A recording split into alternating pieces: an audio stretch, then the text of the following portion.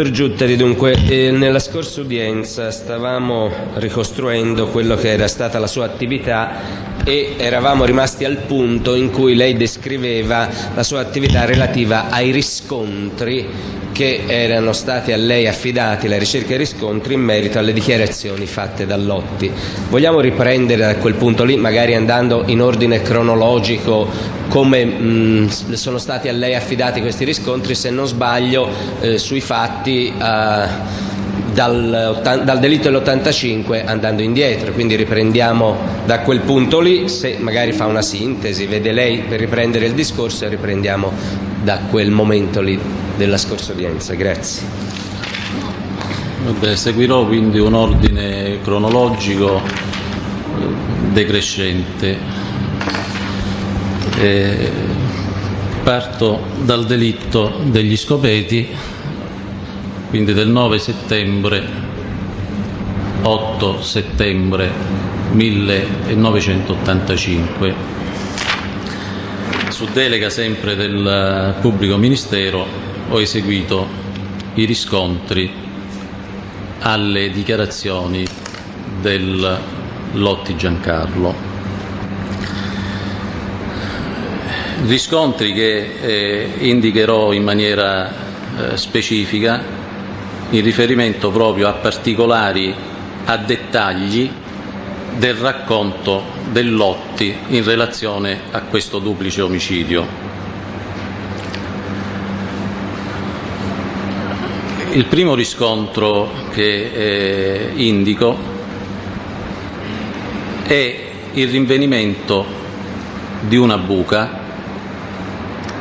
nel bosco degli Scopeti in prossimità della tenda dei due turisti. Il Lotti, nel corso del sopralluogo e della sua successiva testimonianza, aveva riferito che la notte di quel duplice omicidio, dopo l'esecuzione materiale da parte di Pacciani e Vanni, dopo quindi l'uccisione dei due turisti francesi, aveva visto i due, Vanni e Pacciani, dirigersi verso il bosco di fronte proprio alla tenda dei francesi e fermarsi ad un certo punto sotto un albero, abbassandosi. Tenevano in mano qualcosa, dice, un involto, chiama il Lotti, definisce questo qualcosa che tenevano in mano. Stanno un po' chinati in questo posto che indica, e poi dopo alcuni minuti, 10-15 minuti, li vede andare via, tornare indietro, attraversare la strada San Casciano-Firenze e prendere la macchina del Pacciani che era posteggiata dietro un muretto. Quindi vengo delegato dall'ufficio del pubblico ministero alla ricerca, a bonificare innanzitutto, a perquisire, bonificando questa zona del bosco indicata da Lotti, per vedere se in quella zona ci fosse qualcosa che potesse far pensare ad un'attività di occultamento da parte di Pacciani e Vanni di qualcosa che tenevano in mano, dell'involto, per usare lo stesso termine di Lotti, che tenevano in mano, involto che poi il Lotti aveva visto che non avevano più in mano quando erano usciti dal bosco. Bonificando questa zona, e devo dire che se non ci fosse stato proprio la ripulitura totale della zona dei cespugli presenti in questa zona, non era stato possibile rilevare la presenza di questa buca, che era completamente mimetizzata, coperta dalla fitta vegetazione. Dopo aver bonificato la zona, dopo averla ripulita, ecco, nel posto indicato da Lotti troviamo questa buca, che se è possibile anche farla vedere. Vogliamo mostrarla? Sì. Un attimo, dottore, grazie. Vediamo se... Questa è stata fatta nel 96. Questo nel 96, questo è stato fatto il 26 febbraio del 1996, giorno in cui, su delega del PM, ho eseguito la perquisizione di questa zona del terreno che è di proprietà di tale Corti Franco e che si trova nella località Salva Regina, proprio la località dove si è verificato il delitto. Questa buca, fornisco dei dati di riferimento, a seguito delle misurazioni effettuate proprio in quella occasione.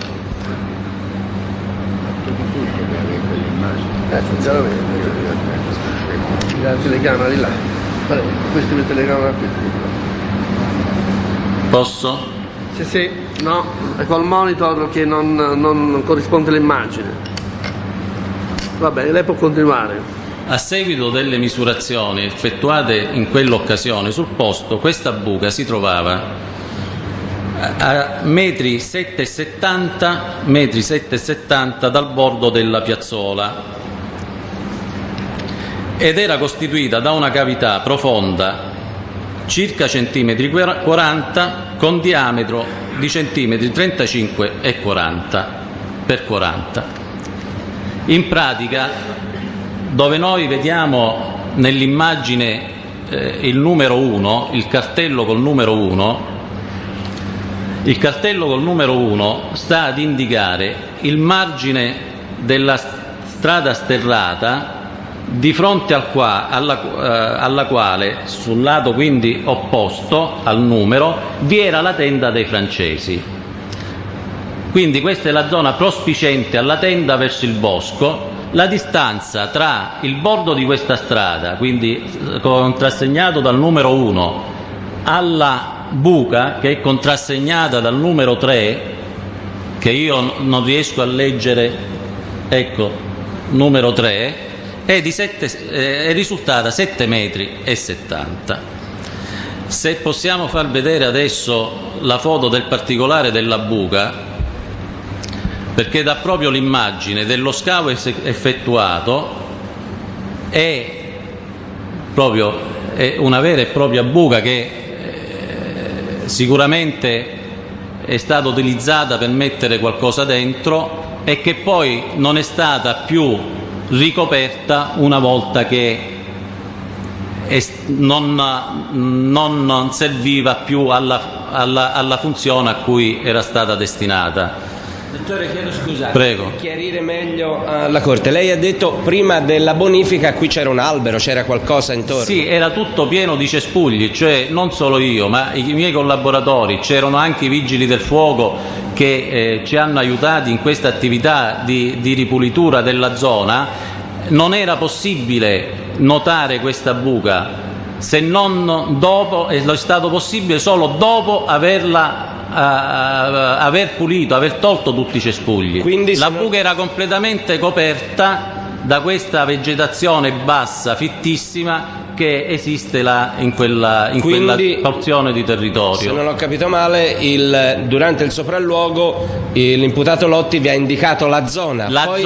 Ha indicato la zona, ha detto: io dopo il fatto vidi Vanni e Pacciani dirigersi in quella direzione e fermarsi all'incirca in quel posto, c'era un albero là, dice, li vidi abbassare e poi rimasero alcuni minuti, 10-15 minuti, circa 10 minuti, poi si alzarono, vennero indietro, attraversarono la strada, quindi il Lotti indicò soltanto quella zona, quel punto là. Bene, grazie.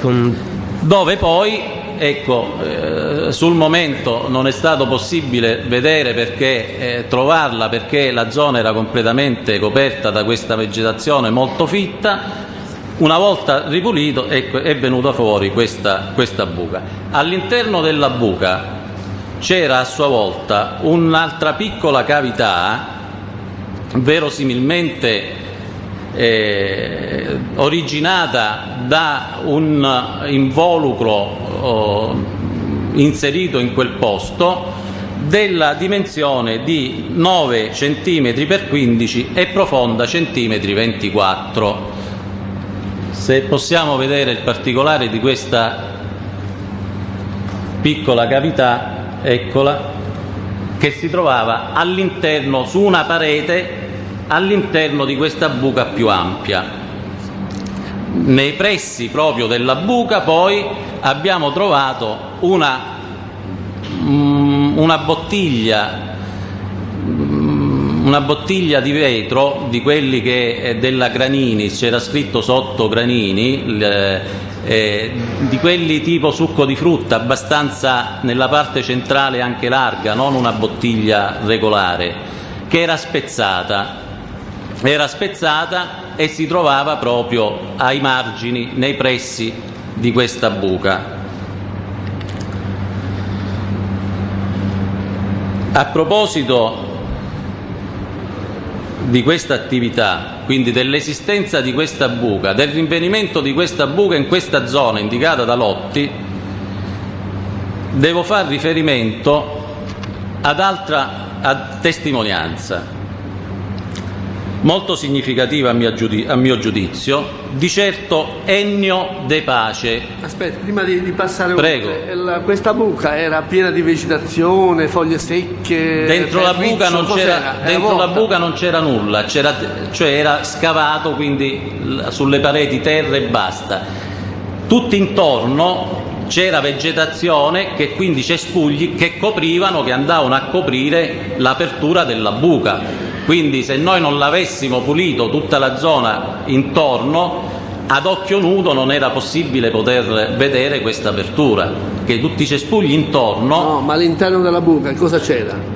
C'era terra normale, non c'era nessun oggetto. Foglie secche? No, non c'era... Ci potevano essere, qualche traccia dei cespugli spezzati che magari il vento con il tempo aveva fatto cadere, non so, ma come oggetti... 11 anni dalla buca. Sì. Tanto a riferimento, sono passati 11 anni dall'ultimo delitto, quindi questa buca in qualche modo si può essere riempita sia pur parzialmente di fogliame, erbacce, che so io. Ma tutto sì, probabilmente, come l'avete trovata voi? Probabilmente c'era fogliame, possiamo vedere anche dei particolari. Io adesso esattamente non ricordo se c'erano fogliame, ma sicuramente ritengo fotografico. Sicuramente, perché stando anche se coperta, il vento portando le foglie, qualche cosa dentro sarà sicuramente caduta, però come oggetti, tipo contenitori, oggetti, non ce n'erano. C'era soltanto questa bottiglia un po' particolare, molto grossa nella parte centrale, che era spezzata e che si trovava proprio a margine della buca.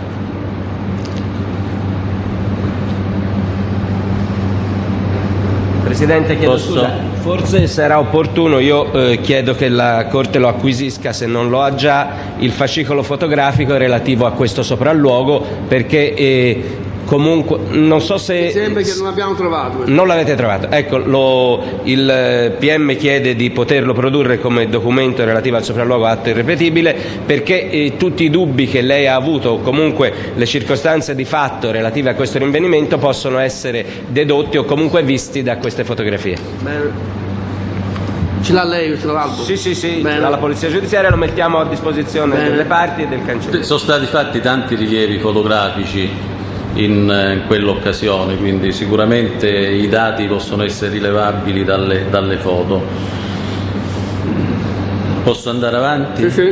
Stavo dicendo che a proposito di questo rinvenimento ritengo utile richiamare una testimonianza che per me è significativa, di tale Ennio De Pace, un pensionato del 24, classe 24, che il 5 marzo del 1996, l'anno scorso, spontaneamente si presenta in questura.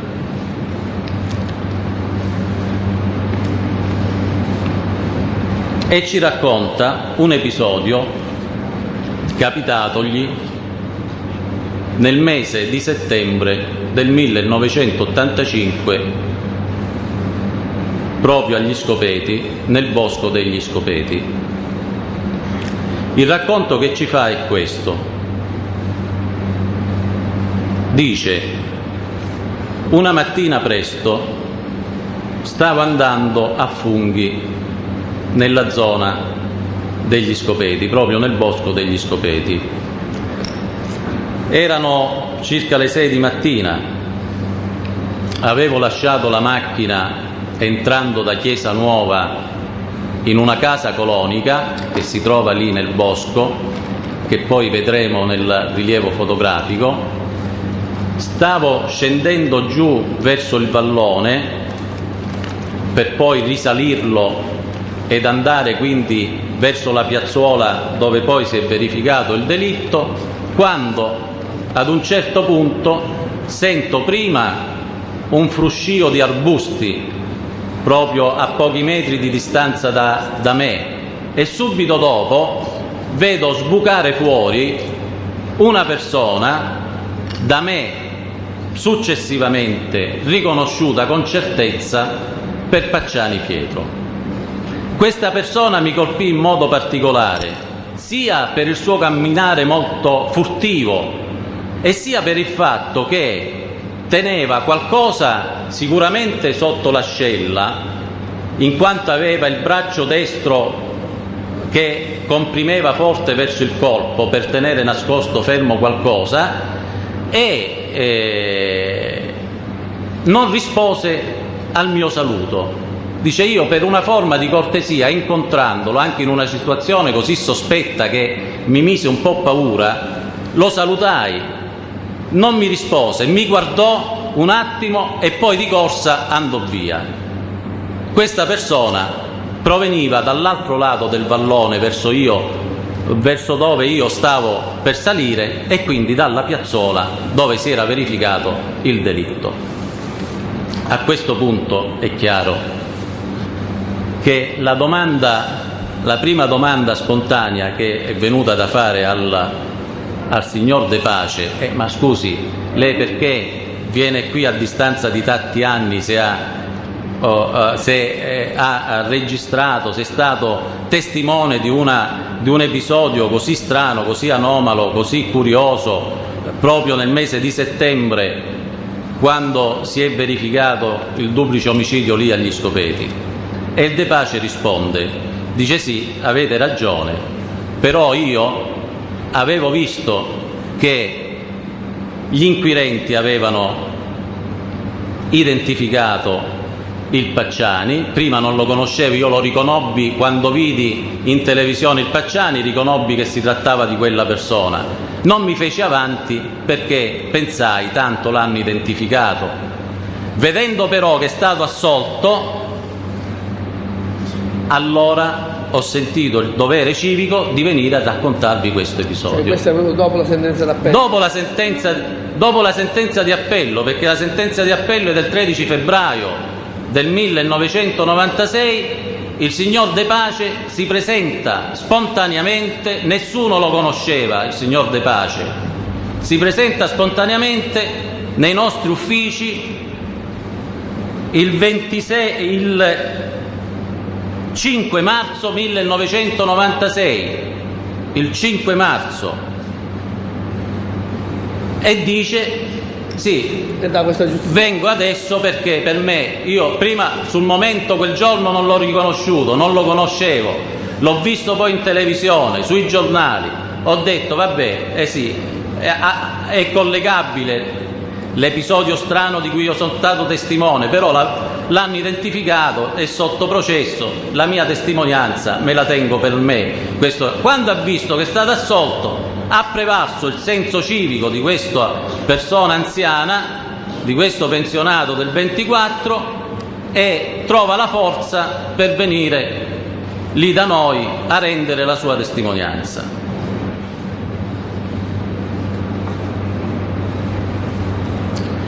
Un'altra cosa che è venuta spontanea chiedere al signor De Pace: ma scusi, lei come fa a dire che questo episodio si è verificato proprio nel settembre dell'85?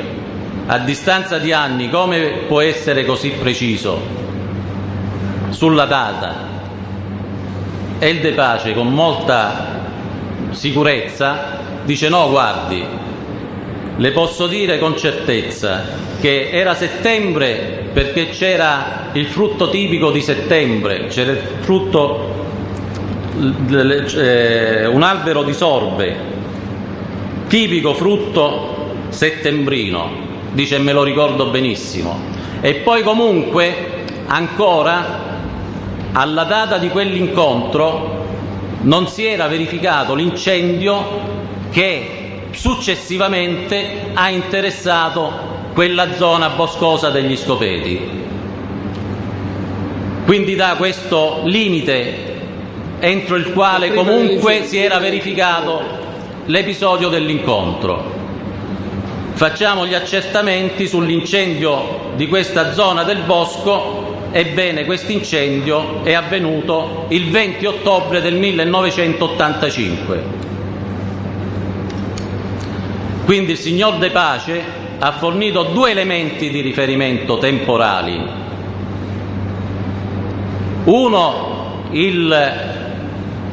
la presenza di un albero di frutta tipico di settembre, e l'altro che comunque ancora non si era verificato l'incendio di quella parte del bosco.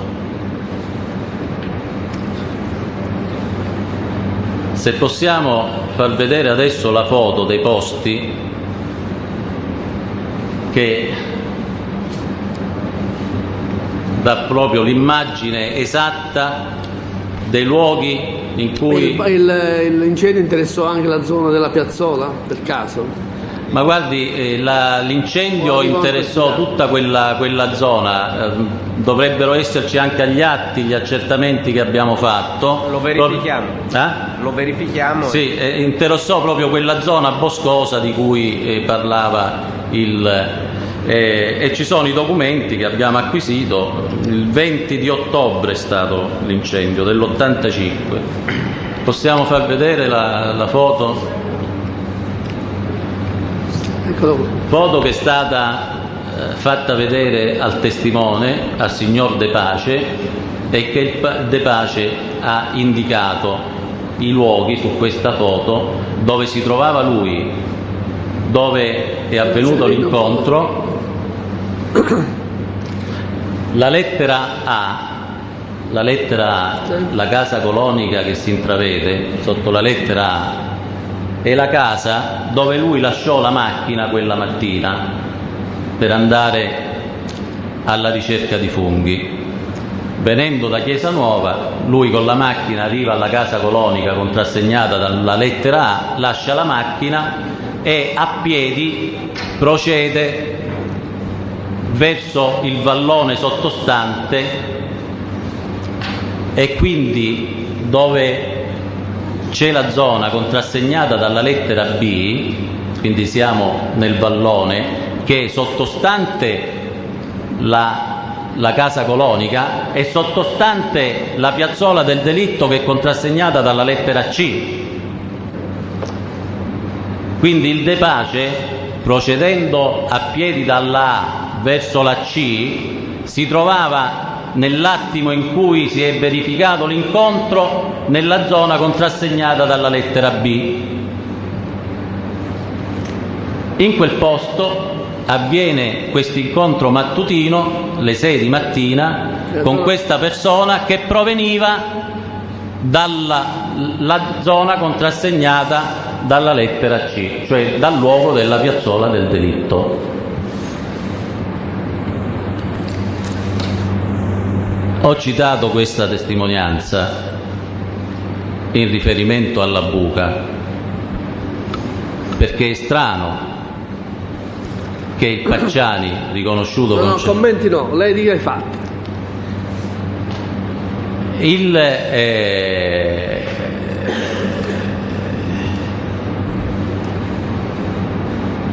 Dunque, Stando sempre limitatamente ai fatti, il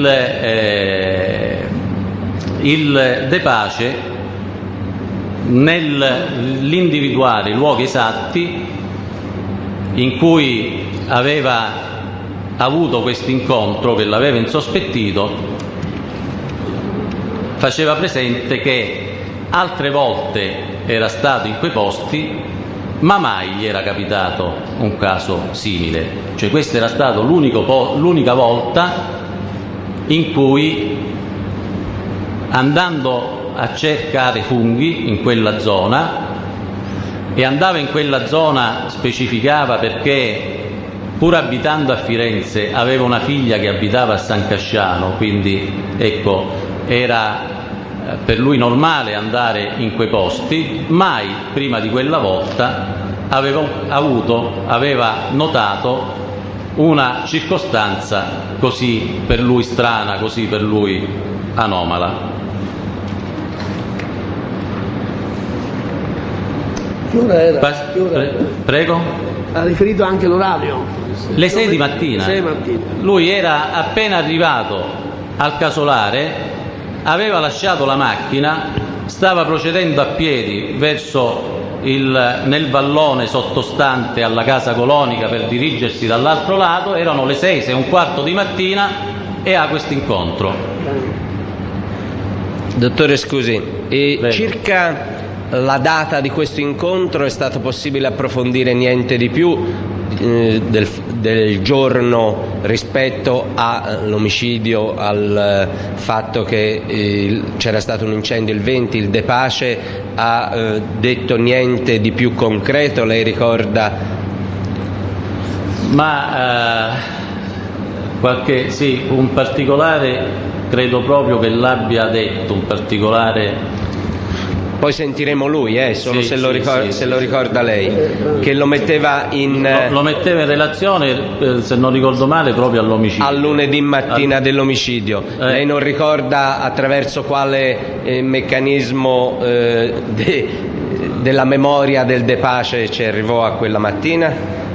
Se lo ricorda, se no Questo sinceramente no, però ricordo anche che lei a diede un riferimento suo personale con la figlia o qualcosa del genere. Fece una sua deduzione che lo collocava subito dopo l'omicidio. La mattina del lunedì. Vabbè, lo vedremo, sentiremo lui, non c'è problema. Grazie. Vada pure avanti in merito ai riscontri. Sì. Passerei ad un altro riscontro oggettivo. Sì, grazie.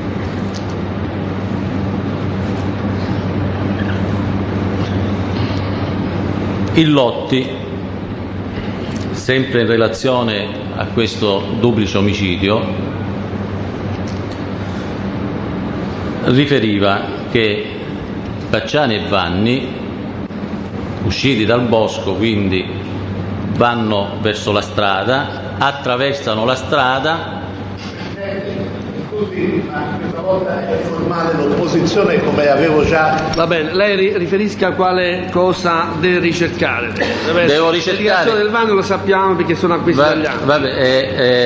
Non stavo riferendo io alle dichiarazioni di Vanni, per carità, No, di Lotti.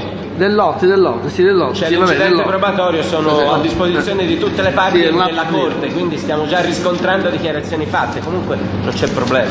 Il riscontro. Vediamo il riscontro. Vabbè, il riscontro. Capito, Presidente, perché sennò Può dirlo indirettamente sul punto dove aveva lasciato l'auto, dai. Non il è riscontro, problema. il punto della. Lo dice in forma indiretta uguale. non le può riferire, e dall'altra volta riferisce le dichiarazioni di Lotti.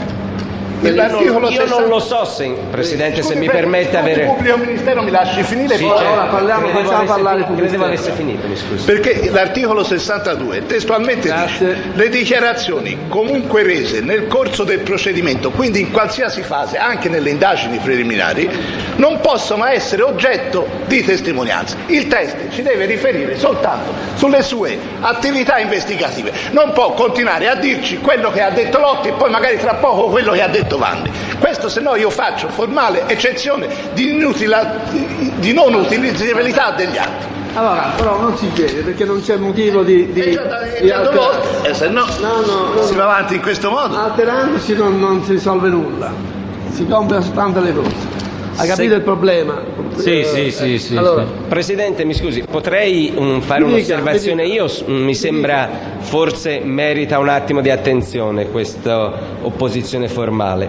Mi sembra che in questo caso ci troviamo in una situazione particolare relativa alle dichiarazioni di questo imputato Teste, perché sono dichiarazioni, Presidente, che loro hanno già, perché sono acquisite al dibattimento in un incidente probatorio, quindi è normale che loro ne abbiano già conoscenza in questo dibattimento. Allora, come loro sanno, il Teste che riferisce cose a riscontro di altre già versate in dibattimento ha tutto il diritto di dirle, o comunque, come nel caso specifico, ha diritto di raccontare quelli che sono i suoi riscontri. Quindi io ho qualche perplessità nel valutare l'opposizione dell'avvocato Pepi come pertinente a questo caso, perché è vero ciò che dice l'avvocato Pepi, ma non tiene presente di una circostanza particolare di questo dibattimento in cui quella testimonianza, che è anche di un imputato, nel dibattimento è già stata versata. Allora direi che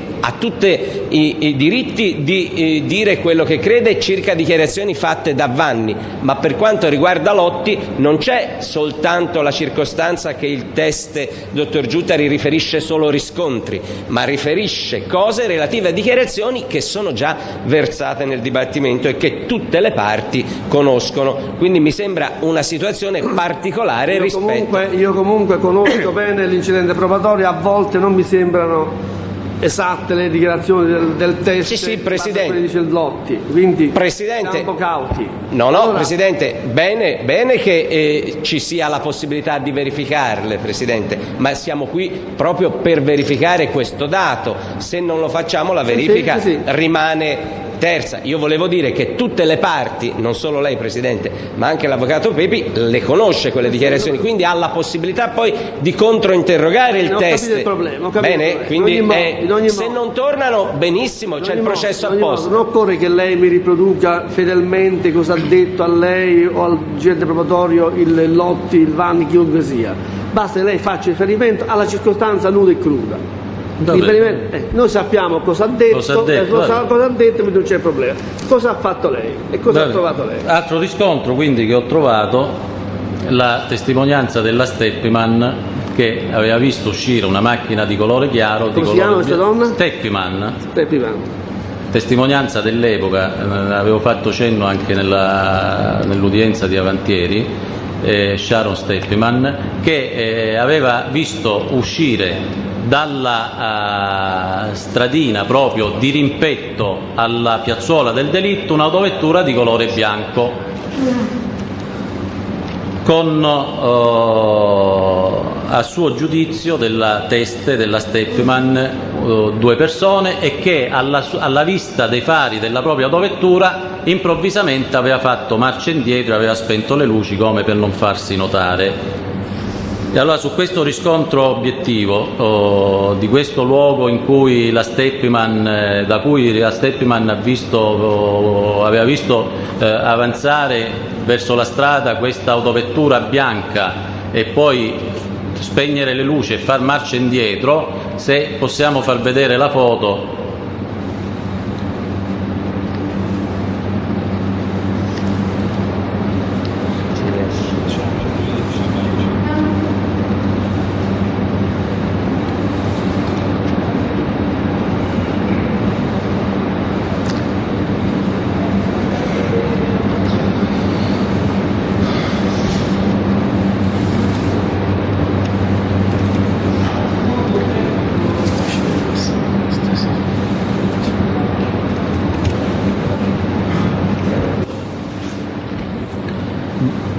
Dunque, sono foto aeree queste? Sì. Che le aveva? Ecco. Sì. Sono state fatte nell'occasione o le avevate già queste? Queste erano già agli atti. Bene, grazie. Quindi si vede la piazzuola del delitto sulla parte alta, sul lato destro della strada, la macchina vista dalla Steppiman uscire era da questo lato, ecco. sul si vuole lato, alzare, magari se ce lo- sul se lato ce lo può basso. indicare. Certo, quel monitor è un po' una posizione infelice, Ecco, è lì da quella strada lì. La Steppiman, qua c'è San Casciano, da Sì. questo lato Firenze, la Steppiman procedeva così, quindi giunto qua in prossimità della piazzola, vede questa macchina sta per uscire da qua, di colore bianco, poi la vede subito dopo spegnere le luci e fare marcia indietro. Se il testo potesse andare a quella mese riusciremmo a capire anche noi, perché effettivamente non lo so, io non vedo l'altro. Di lì no, ma se loro ci la indica- difesa non riesce a vedere, se può indicare di là. Se Può indica dare una- direttamente sulla foto Io la vedo. Quella è la piazzola. Scusa, qual è la piazzola? La piazzola del delitto è questa che sto indicando in questo quella, momento. bravo. Questa è la strada San Casciano Firenze, il luogo in cui si trovava la macchina notata dalla testimone Steppiman è questo. Sta uscendo. Quindi la signora Steppiman procedeva in questo senso di marcia quella notte, intorno alla mezzanotte, o un orario vicino alla mezzanotte, e a un certo punto vede che da questo luogo stava uscendo per immettersi sulla strada asfaltata questa autovettura di colore bianco, e che poi a sopraggiungere della propria macchina fa marcia indietro, spegne le luci e fa marcia indietro. Va bene? Bene, grazie. E che giorno era questo qui? Questo era la sera dell'8 settembre 85, la notte del delitto. La Steppiman è andata subito a rendere questa testimonianza. C'è un verbale, credo del giorno 9 o giorno 10 settembre.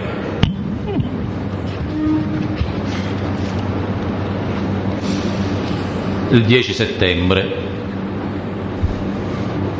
85. Passerei ad un altro riscontro. Bene, Ha grazie. riferito anche l'orario, grosso modo. Ha definito l'orario intorno. La Steppiman era stata quel giorno con un suo amico, un certo Valeriano Raspollini, ad una festa da amici nella zona di Perugia. Aveva appena lasciato a casa a San Casciano il Raspollini e stava rientrando a Firenze. Indica l'orario intorno alle 23:30, ma più vicino alla mezzanotte che alle 23. Ecco, dà questa indicazione di tempo. Il racconto della Steppiman poi sostanzialmente confermato anche dall'amico, da Valeriano Raspollini, che dice sì, effettivamente mi raccontò la mia amica questo particolare curioso che aveva notato tornando a casa a Firenze dopo avermi lasciato a San Casciano, e mi parlò che ebbe l'impressione che la macchina era bianca e sul colore era sicura, perché la Steppiman svolge un'attività, infatti sottolinea che sul colore della macchina è proprio certa, perché è un tecnico nel settore della stampa, cioè del colore proprio rapportato all'arte tipografica, quindi dice io sui colori non posso sbagliarmi, dice la Steppiman, e quindi il colore di questa macchina era bianca. E il Raspollini, nel confermare questo racconto, nel dire che effettivamente l'amica gli aveva subito detto di questo incontro sospetto, fa presente anche che gli aveva riferito che a suo giudizio poteva trattarsi di una coppia di amanti che, ecco, avevano spento le luci, avevano fatto marcia indietro come per non farsi notare da macchine che sopraggiungevano. È chiaro che dopo il delitto la Teste parlando anche con Raspollini, aveva ritenuto che fosse un particolare utile per gli investigatori ed era andata a riferire la circostanza. Vado avanti con... Sì, grazie. E allora, altro riscontro oggettivo: il taglio della tenda dei due francesi nella parte posteriore. Effettivamente la tenda dei due francesi, come è stato accertato all'epoca in sede di sopralluogo e come risulta dal fascicolo del relativo sopralluogo esistente agli atti, presenta un taglio in verticale nella parte posteriore. Possiamo far vedere?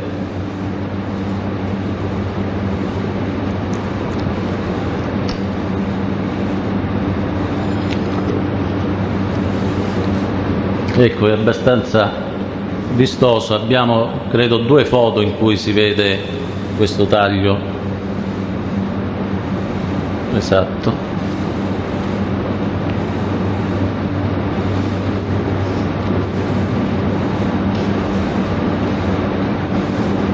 E anche in quest'altra foto si nota il taglio della tenda.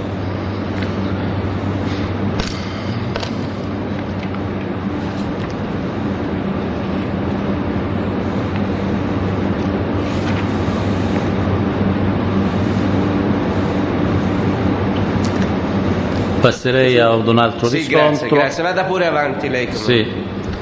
Ulteriore riscontro che ho dalla lettura degli atti di quel duplice omicidio evidenziato è l'esito della perizia autoptica e la ricostruzione della dinamica del duplice omicidio fatta dai periti all'epoca. A tal proposito, nell'attività di riscontro riferita al pubblico ministero evidenziavo questa parte della perizia fatta dagli studiosi di Modena nell'85, che a pagina 27 riferivano, leggo testuale: dopo aver ucciso la vittima di sesso maschile, l'assassino è tornato sui suoi passi e, operando all'interno della tenda, ha iniziato con calma la rituale escissione dei feticci,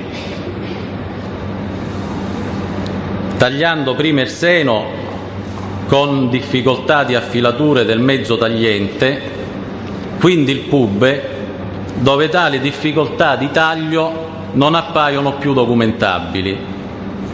Quindi riscontrano i periti una diversità di taglio tra il seno e il pube. Dice: nel seno notiamo una difficoltà proprio di affilatura del mezzo tagliente. Nel taglio del pube invece queste difficoltà non esistono più, il che, sostengono i periti, rende possibile l'ipotesi che l'autore disponesse di un secondo coltello.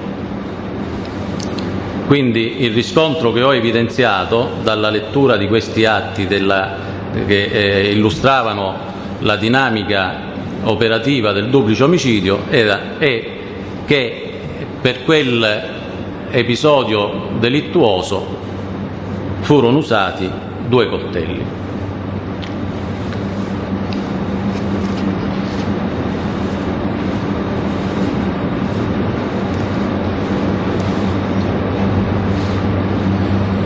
Sì. Vado avanti con i riscontri. Ulteriore riscontro oggettivo sia sulla macchina rossa con la coda tronca, sia sulla presenza il pomeriggio del delitto, cioè il pomeriggio dell'8 settembre 1985, quindi come riscontro oggettivo, quindi sia della macchina rossa sia di 2 persone in quel posto, di cui una intenta a guardare verso il bosco, verso la tenda dei 2 francesi. Richiamo le testimonianze di cui già ho fatto cenno nella precedente udienza dei coniugi Chiarappa e De Faveri.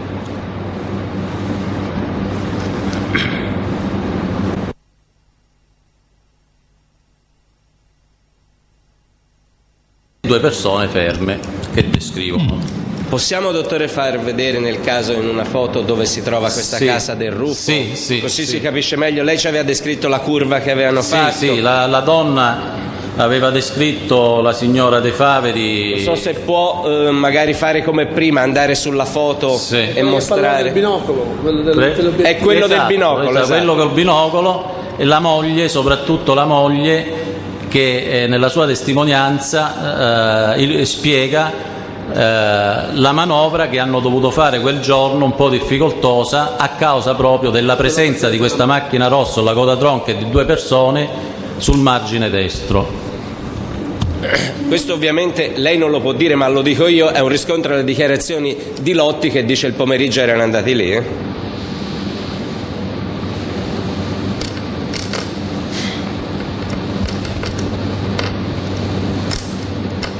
Dunque, ecco, questa che indico adesso è la casa di Rufo, la colonica di Rufo, del signor Rufo, dove quel giorno si sono recati i coniugi Chiarappa De Faveri e da dove il signor Chiarappa, col teleobiettivo, provandolo, guardava poi verso la piazzola notando la macchina rossa. Questa è la stradella che porta alla piazzola del delitto, questa qua. La macchina rossa si trovava ferma sul margine destro, qui, in prossimità dell'inizio dello stradello che conduce alla piazzola del delitto, quindi in questo posto. I coniugi Chiarappa con la loro autovettura provenivano da questo lato, da Firenze verso San Casciano, quindi dovendo svoltare a sinistra per immettersi nella stradina che porta alla casa colonica di Rufo, essendoci fermo sul margine destro questa autovettura rossa, hanno trovato difficoltà a svoltare e hanno dovuto fare 2 manovre. Il fatto che incuriosì la signora e che riferì nella sua dettagliata testimonianza è che le 2 persone da lei notate in questa occasione accanto alla macchina, una appoggiata sul cofano della macchina e l'altra sul lato destro che guardava verso il bosco in direzione della tenda,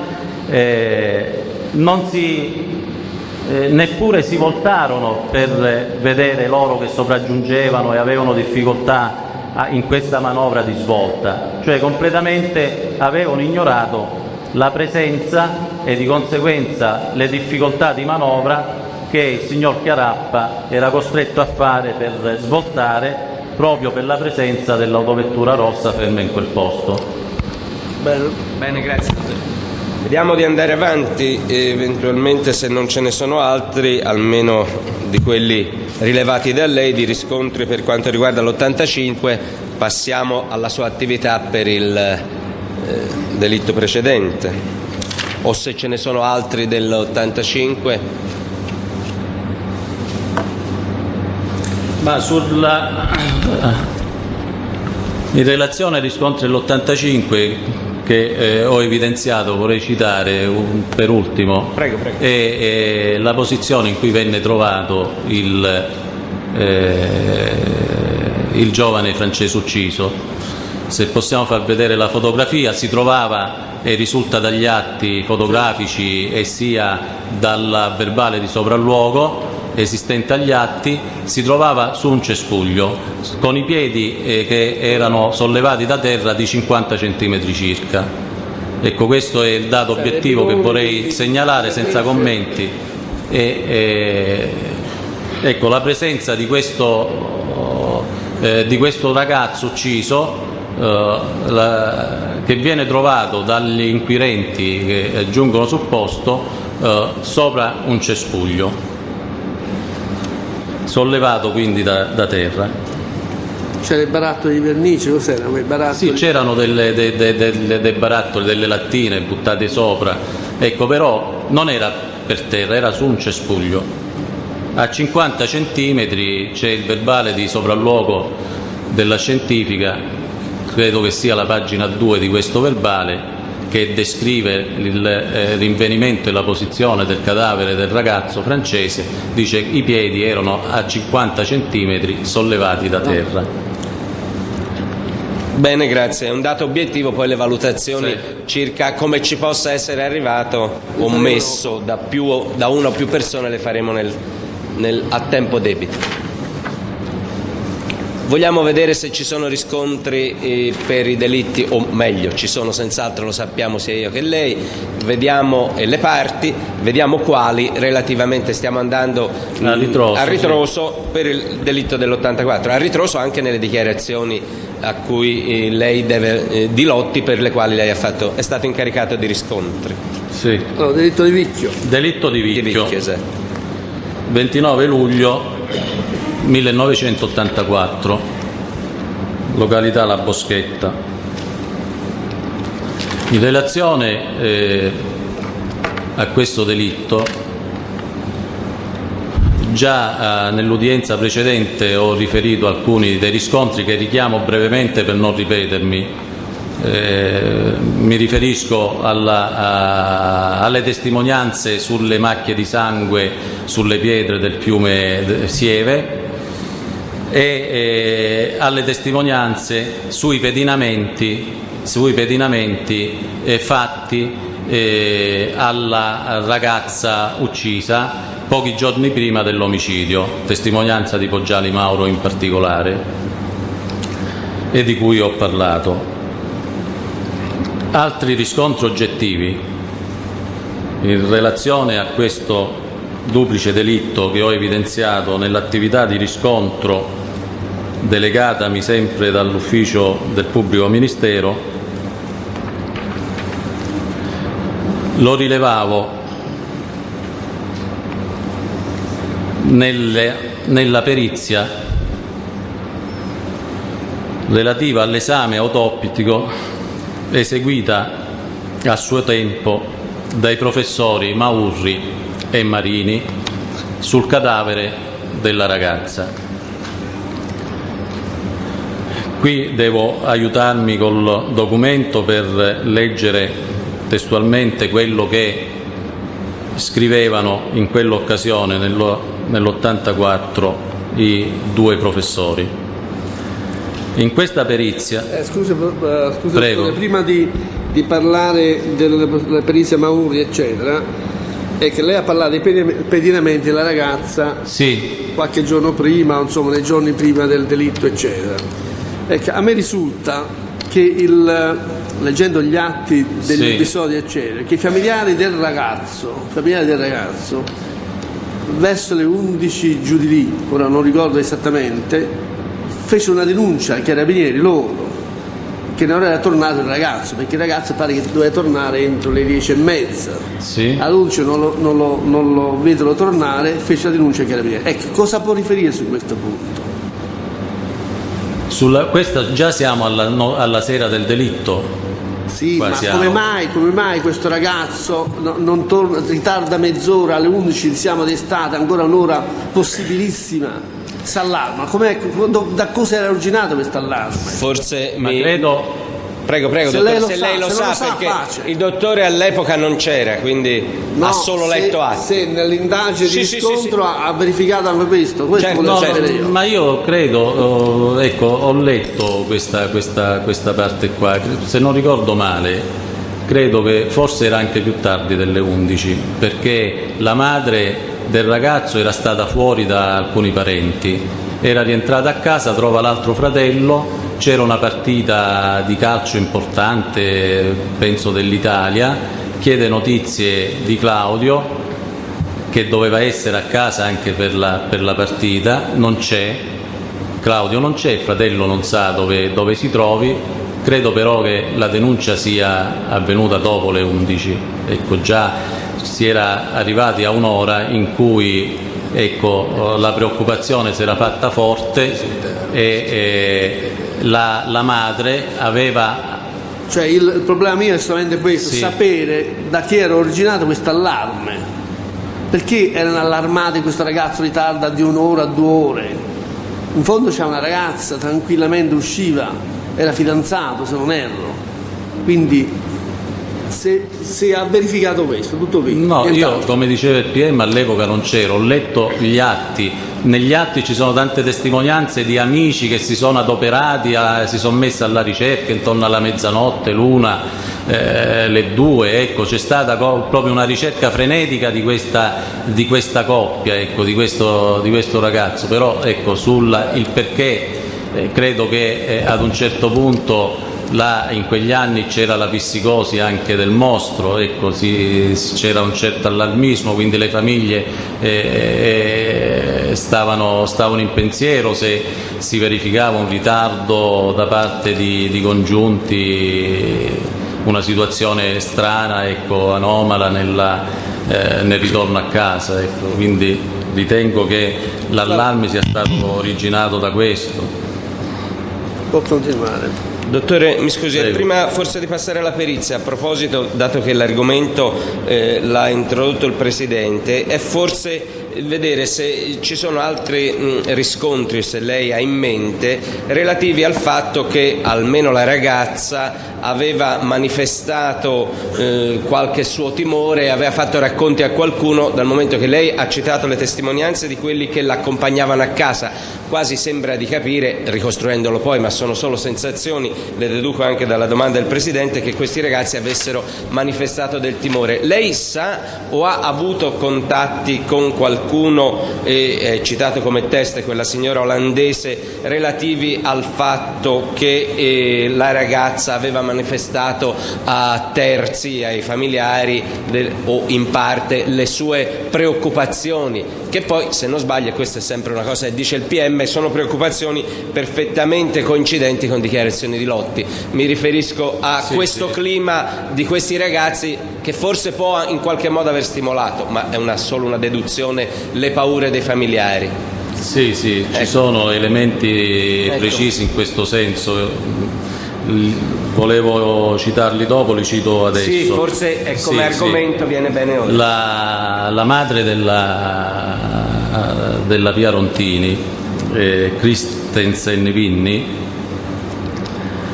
è venuta nel mio ufficio l'anno scorso, mi riferiva che una sua amica olandese, il cui nome è Ingrid von Flug,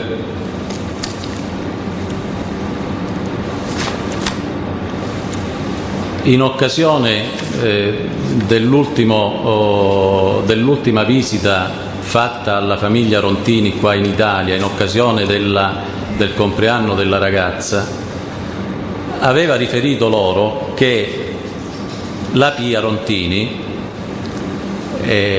pochi giorni prima di essere uccisa, in una telefonata che era intervenuta tra le due donne, quindi tra questa Ingrid von Flug e la Pia Rontini, le due donne erano amiche, anche l'amicizia si era molto consolidata negli ultimi tempi, perché la Pia era stata in Olanda a frequentare un corso, una scuola, e quindi era stata ospite di questa signora. Si era rafforzato in quell'occasione il rapporto di amicizia e di confidenza. In una telefonata che è intervenuta pochi giorni prima del delitto, la Pia aveva riferito all'amica Ingrid che al bar dove la ragazza lavorava qualcuno la molestava.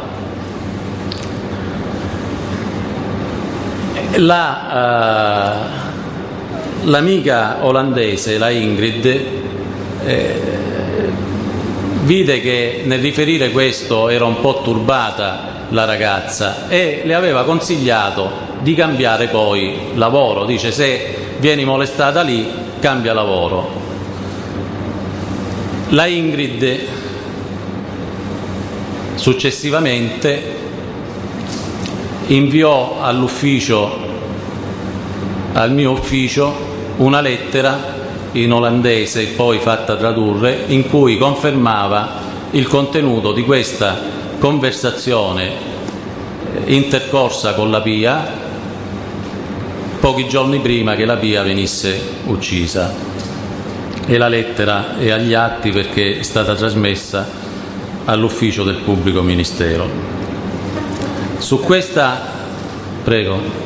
No, dico, veniva molestata nel luogo del lavoro, però ha fatto riferimento anche alla persona o le persone che la molestavano. Tipo di persone. Tipo di persona. Dice: c'erano persone là al bar, a Bentori, che le davano fastidio, la molestavano. Ecco, questo è il discorso. È a Bentori del bar. Sì, e poi in relazione a queste molestie c'è un'altra testimonianza che fornisce un riscontro, ed è la testimonianza della moglie del titolare del bar, cioè la moglie del datore di lavoro della Pia Rontini, la signora Sorbi Anna. Questa è stata sentita il 23 maggio del 1996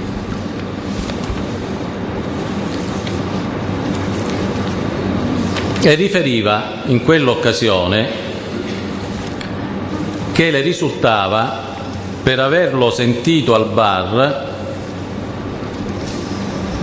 non ricordava però da parte di chi, perché era trascorso tanto tempo, erano trascorsi 12 anni, però ecco, le risultava comunque questa circostanza, che qualche vecchietto aveva fatto apprezzamenti alla Pia, del tipo: sei bella, sei buona, però la Pia se la cavava rispondendo con una battuta in tono scherzoso. Questa, ecco, è la circostanza che la Sorbi ricordava su molestie che aveva subito la ragazza e che aveva appreso lì al bar, anche se non sapeva fornire indicazioni sulle persone che avevano all'interno del bar riferito questa circostanza, perché era trascorso tanto tempo.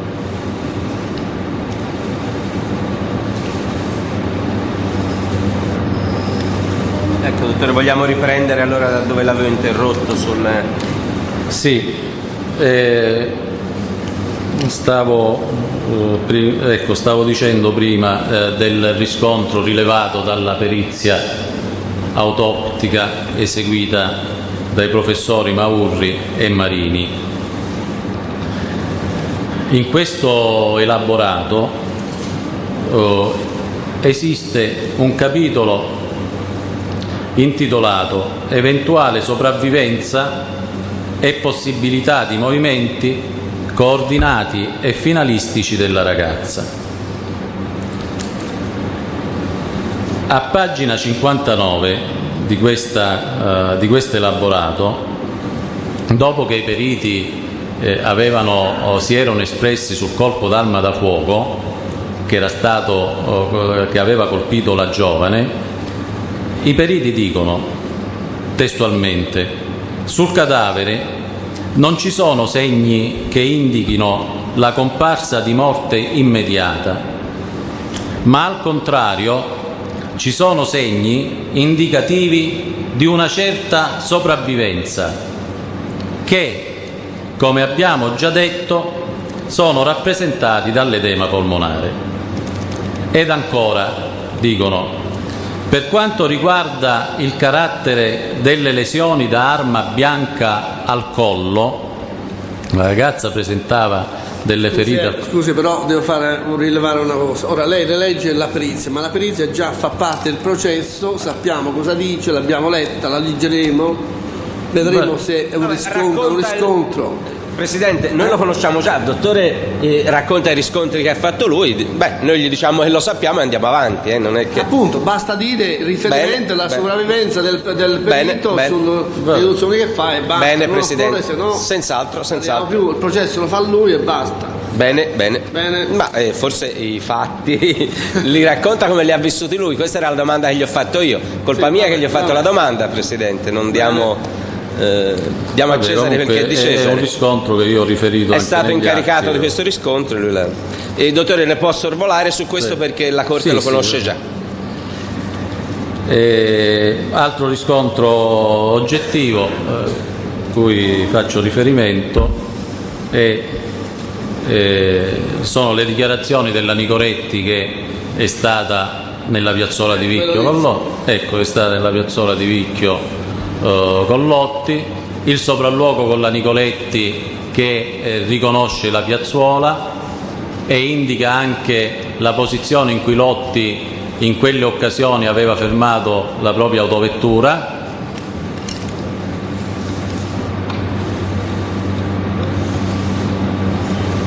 Posizione della macchina che rilevavo perfettamente coincidente con la posizione in cui si trovava la Fiat Panda della giovane coppia uccisa, cioè col retro rivolto verso la collina. Se è il caso Ci di sono vedere delle foto, le foto. Sì, vogliamo far vedere sia le foto se abbiamo quelle della macchina dei ragazzi sia l'indicazione che ha fatto la Nicoletti. Sì, ci sono. Cioè la Nicoletti quando andò da sola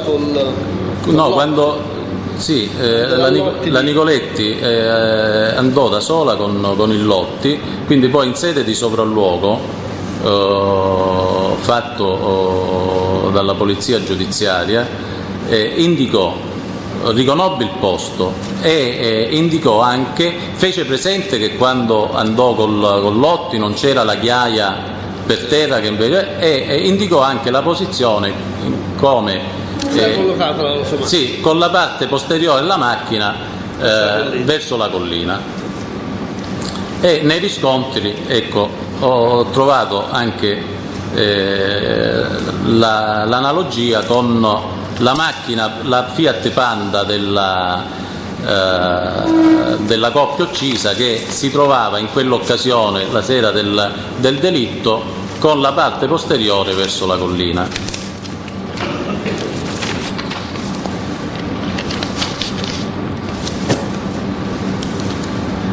Questa è la foto del giorno. Questa è la foto del. Questa è la foto. Il sopralluogo con la signora. Con la signora Nicoletti che è stato fatto nel 96, l'anno scorso.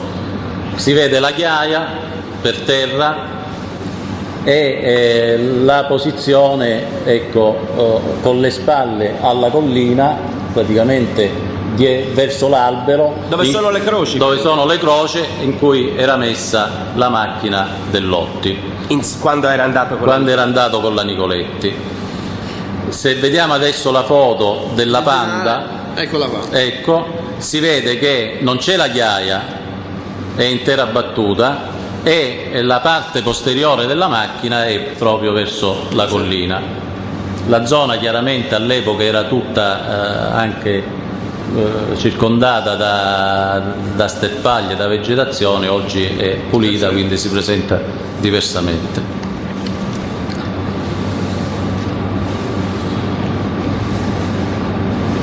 Passerei a un altro riscontro. Sì, grazie, vada pure avanti.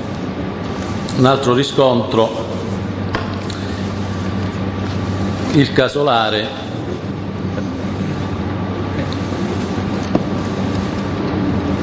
di cui a sopralluogo con Lotti del 12 marzo 1996, quindi il 12 marzo 1996 viene eseguito dal PM, dalla polizia giudiziaria, un sopralluogo con Lotti e nel corso di questo sopralluogo viene individuato un casolare in località Badia a Bovino. Viene individuato come? Sì, viene individuato percorrendo, qua devo fare un cenno io alle dichiarazioni, l'itinerario fatto la notte del delitto da Pacciani e dai complici. Percorrendo questo itinerario lungo la strada sempre di San Martino a Scopeti, Bricciana, Saggilanese, San Martino a Scopeti, Bricciana. Quello cioè dietro la provinciale. Dietro la provinciale, che quella strada di cui avevano parlato i coniugi Caini Martelli per quel sospetto transito di 2 autovetture, lungo quel percorso viene individuato questo casolare abbandonato. Lo individua lei o glielo indica qualcuno? Lo indica il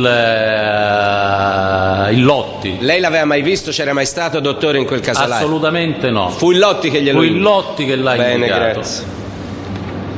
Indica questo casolare, do i riferimenti precisi, è il Podere Schignano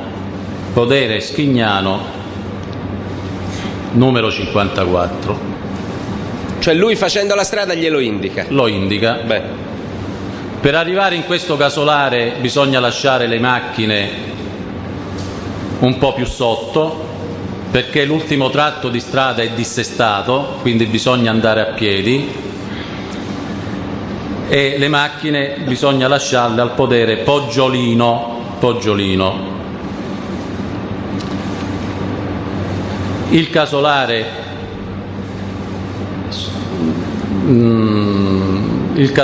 in stato di abbandono aveva una porta di accesso sulla parte più bassa, per intenderci, che dava verso il podere Poggiolino. Poi la mostriamo in foto. Sì.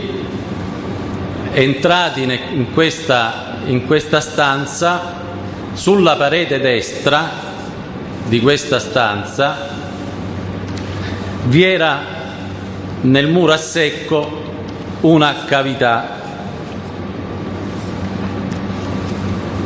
una fessura di centimetri 30 per 50.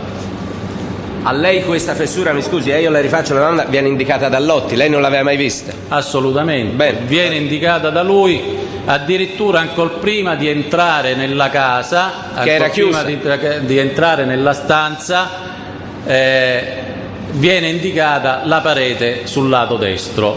Come una lei parete, non l'aveva ancora vista? No, come una parete dove lì c'era un'apertura, una fessura, e c'è questa fessura, vediamo questa fessura, dentro la fessura c'erano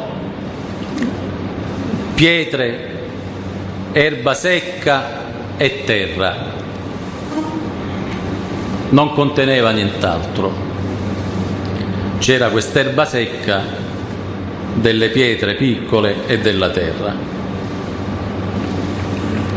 Dai riscontri che ho effettuato, scusi, una sola mi inserisco giustamente. Prego.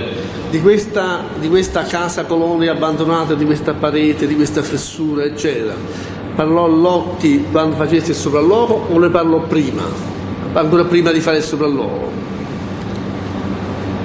In sede di sopralluogo, Cioè una cosa che è venuta sul momento, sì, oppure ne aveva parlato già prima? No. Facendo l'itinerario, ricostruendo un po' l'itinerario? No, ricostruendo l'itinerario quel giorno, indica questo casolare come casolare in cui quella notte si erano fermati per fare qualcosa. Era una circostanza di cui non vi aveva parlato assolutamente prima? Ve lo dice no. mentre siete lì? Mentre siamo in quella cosa. Bene. E indica questo. Quindi dice prima la macchina bisogna lasciarla prima perché l'ultimo tratto è brutto, e in effetti vedremo nelle foto che bisogna andare a piedi l'ultimo tratto. Entrati dall'ultima porta, sulla destra nella parete c'è una cavità. Ho visto la cavità dove c'erano questa erba secca, pietre che sicuramente non facevano parte della struttura muraria. Stavo dicendo, dai riscontri effettuati in relazione a questo casolare e che ho riferito al pubblico ministero, in quella zona proprio di Badia Bovino, proprio in quella zona, nelle immediate vicinanze di quel casolare abbandonato, a cavallo tra gli anni 60 e gli anni 70 aveva abitato il Pacciani.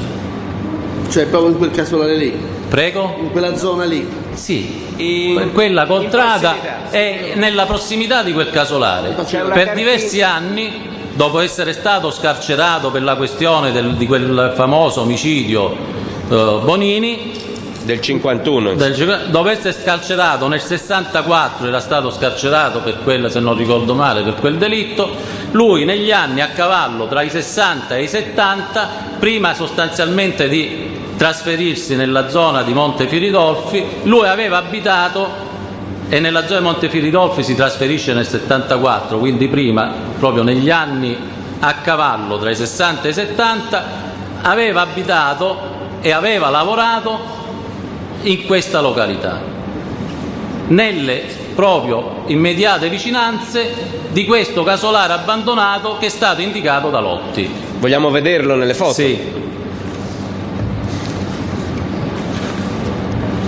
Vogliamo vedere la strada che ha fatto fare. Ecco. Questa foto fa vedere l'ultimo tratto della strada che porta al casolare abbandonato, che è chiaro che è un percorso molto difficile, pieno di pietre, non percorribile con la macchina. Mi scusi, dottore, lei ci aveva detto che il Lotti le l'aveva accennato che la strada era così prima ancora di arrivare. Prima ancora di arrivare ha detto: la macchina bisogna lasciarla più sotto, dove ci sono altre case, l'ultimo tratto bisogna farlo a piedi. Bene, grazie. Io sto cercando di non riferire, però è un po' difficile perché va benissimo. Beh, c'è la foto d'altronde. Questo è l'ultimo tratto, si sta andando alla casa, la macchina effettivamente là non può passare, l'abbiamo lasciata più sotto al podere Poggiolino. Questo è il casolare. Questo è il casolare e sul lato sinistro, lato sinistro, se indica Antonini la prima porta a sinistra guardando la foto, ecco, quella là è la porta da dove siamo entrati. La porta quindi che dà sulla parte bassa del casolare, sul lato, per intenderci, del podere Poggiolino, che sta un po' più a valle da questo lato. Se passiamo adesso all'altra foto dell'interno di quella stanza, vedremo che sulla parete destra, entrando sulla parete destra, nel muro a secco c'è quella fessura della dimensione di centimetri 30 di larghezza per 50 di altezza. Dov'è? All'interno c'è qualche altro particolare, mi pare, della... Eccola qua. Ecco, all'interno, come dicevo prima, non c'era nulla, c'era solamente quest'erba secca che si capiva e non faceva parte della struttura del muro, delle pietre e terra. Della buca? Sì, nella parte bassa della... Sì, cioè sì. Nel piano di calpestio. Nella parte bassa della buca, dentro la buca c'era, che poi a terra si vedono, ecco, visto? Si vede la terra, i piedi.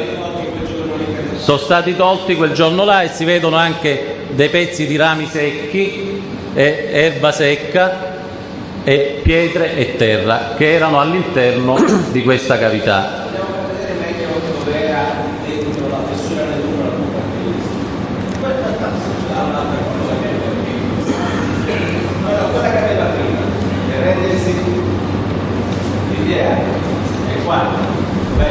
Sì, sì, è là, proprio là, dentro. È stato tolto da là dentro. Senta, lei ha parlato di Casolare abbandonato ovviamente nel 96, quando avete fatto il sopralluogo. Sì, ecco. certo. Ha fatto un accertamento se nell'84, epoca del delitto, quella casa era abbandonata, era abitata e da chi? Era abbandonata da tanti anni. Questo è di proprietà credo della Chiesa, no? Della Curia Vescovile di Fiesole, sì, e risulta abbandonata da epoca immemorabile. Comunque su questo abbiamo... No, su questo punto avete fatto l'accertamento? Sì, Cioè, ci sono accertamenti. Possiamo essere più specifici magari consultando il dottore Gliatti Bene. in un momento successivo. Prego, dottore. Sì, dunque il Casolare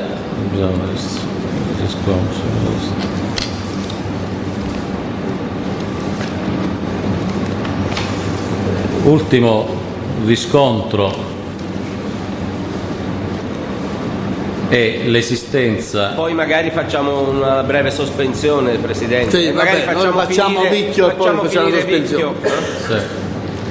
Ultimo riscontro, comunque breve, perché su questo delitto riferisco, è l'esistenza a Vicchio, proprio nei pressi del bar di Vicchio, nella piazza della stazione, di una buca delle lettere.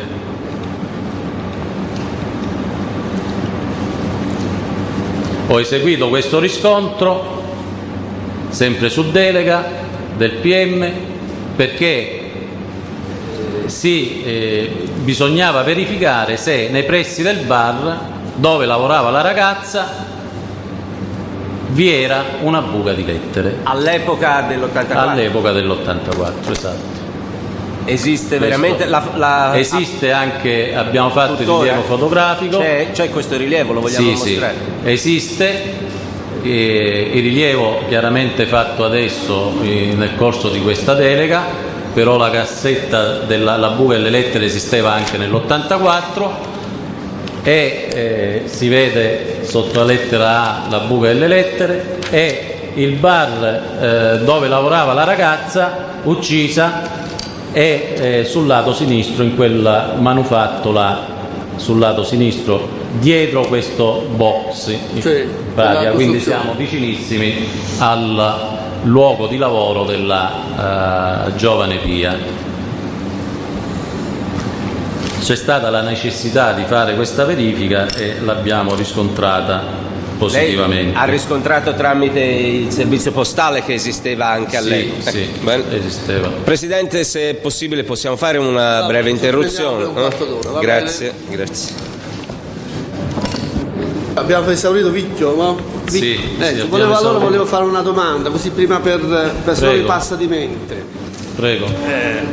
Abbiamo presente la dichiarazione che lei ha riferito della Frigo, Sì.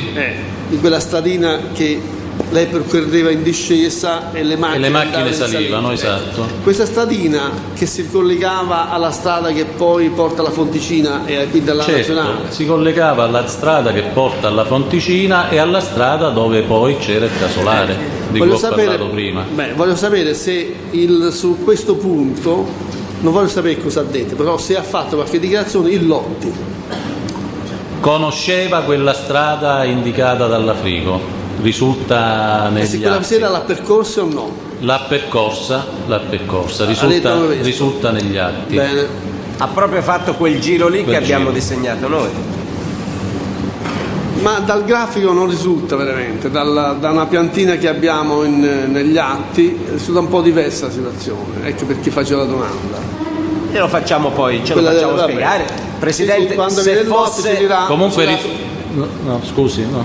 Se fosse necessario ovviamente facciamo tutti i sopralluoghi che la Corte Sì, riterrà ma per opportuni. carità, Comunque per facciamolo, dire- per facciamolo saperlo ora. Ecco, allora facciamolo spiegare bene al dottor Giuttari se... No, risulta, ricordo bene, già nel verbale del 18 febbraio del 96 di sopralluogo fatto con Lotti, che Lotti, quando passiamo dalla stradina con la deviazione l'Arena, dice sì, questa non è la strada della piazzuola, questa porta a una fattoria, questa l'ho percorsa anche con la Filippa, quindi conosceva quella strada, questo risulta già dagli atti. Poi nella ricostruzione di del sopralluogo successivo dell'itinerario fatto la notte famosa. La notte famosa, noi percorrendo quella strada arriviamo al casolare di cui ho parlato, quindi è chiaro che l'ha dovuta percorrere in sé, perché percorrendo quella strada si arriva là. Percorrendo quella strada si arriva alla fonte d'acqua che Lotti riconosce, perché dice: sì, ricordo questo ponte, ricordo la fonte, quella notte scorreva meno acqua, il 29 luglio 84. Questo sappiamo. Questo, ecco qua, quindi c'è proprio l'individuazione esatta del Lotti di questi posti che sono lungo quell'itinerario. Ok, va bene, possiamo oltre, va? E allora riferisco adesso i riscontri al delitto di Giogoli, e qua poi devo soffermarmi a parlare nei riscontri che ho effettuato sul Vinci Francesco.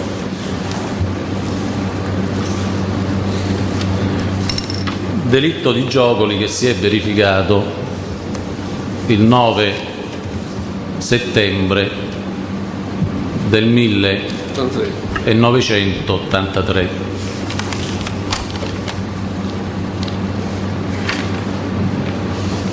Io passerei alle foto del furgone dei due turisti per evidenziare i riscontri che ho notato alle dichiarazioni del Lotti.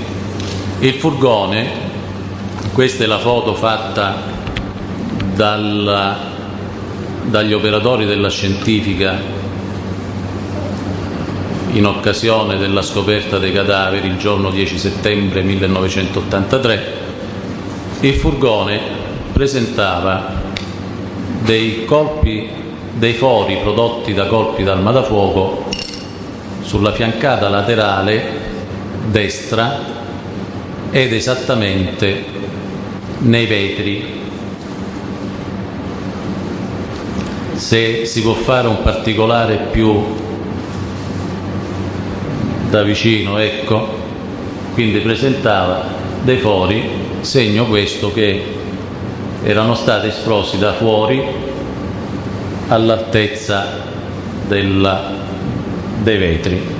E questo è il lato destro del furgone, quello, per intenderci, che dava verso la strada, dal lato della strada dove erano state fermate le macchine.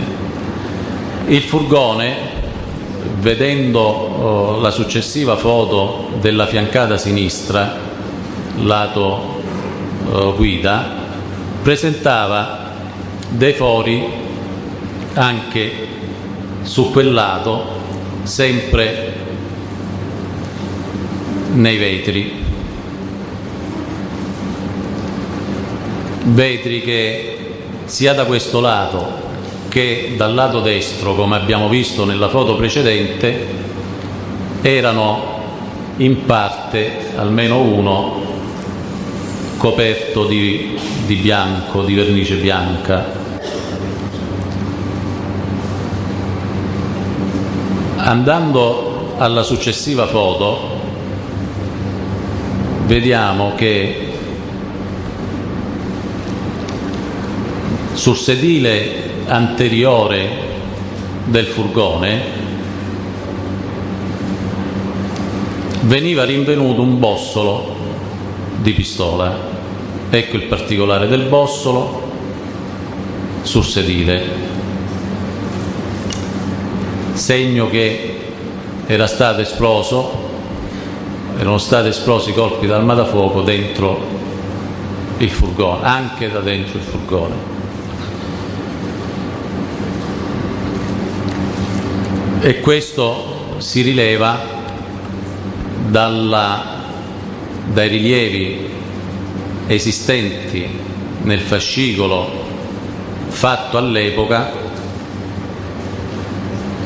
il 10 settembre 1983.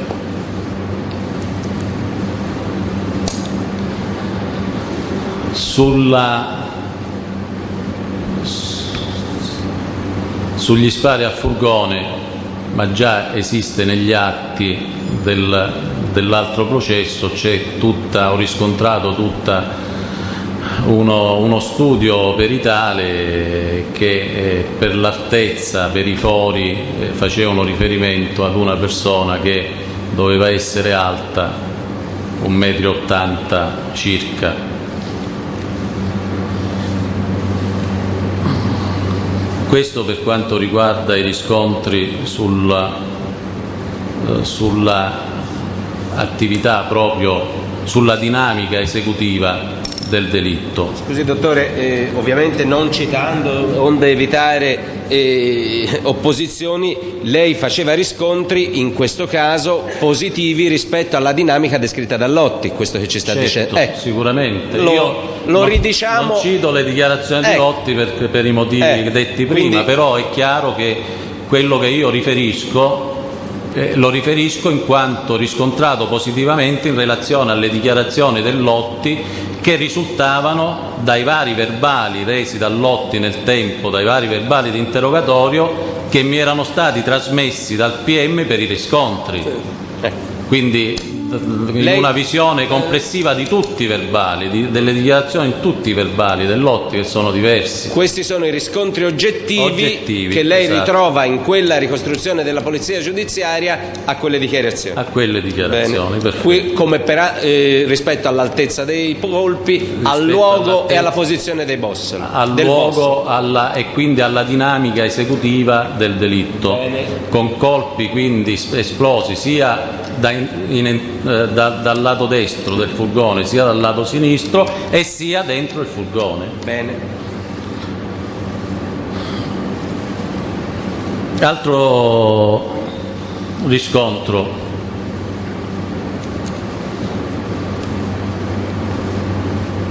effettivamente dopo questo duplice omicidio Vinci Francesco, che era all'epoca imputato di essere autore di quei delitti attribuibili al mostro di Firenze, veniva scagionato da quelle imputazioni. Si era verificato questo duplice delitto, il Vinci Francesco era detenuto, era in carcere, quindi Il precedente? Sì, era in carcere, era imputato di quei delitti attribuibili al mostro, si verifica il delitto di Giocoli, quindi dopo qualche mese viene scagionato. Perché è detenuto anche per altra causa. Sì, è detenuto per altre cause, quindi resta dentro, però dall'imputazione di essere autore dei delitti attribuibili al mostro viene scagionato, perché mentre stava in condizione di detenzione era stato eseguito questo duplice delitto ai danni dei due turisti tedeschi. E qui vi sono dei riscontri a quello che ha dichiarato Lotti sul Vinci e che io non riferisco per attenermi all'invito che ho avuto. Ci sono riscontri molto precisi del collegamento tra Vinci Francesco, che negli anni passati aveva costituito oggetto per lunghi anni di indagine quando si seguiva la cosiddetta pista sarda. Dicevo, riscontri precisi ai rapporti tra Vinci Francesco e Pacciani Pietro, tra Vinci Francesco e Indovino Salvatore, Indovino Salvatori, il mago di via di Faltignano,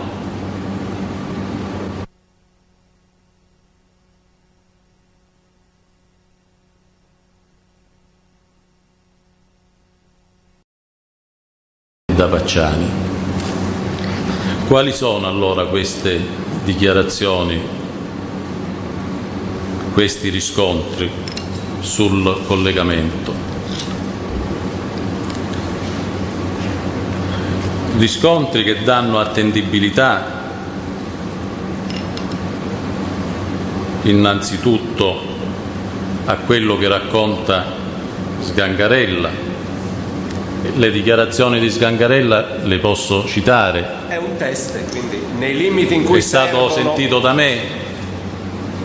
È un detenuto, si trovava nell'occasione in cui l'ho sentito, sempre su delega del pubblico ministero, ristretto nel carcere di Solliciano, una condanna per un fatto gravissimo.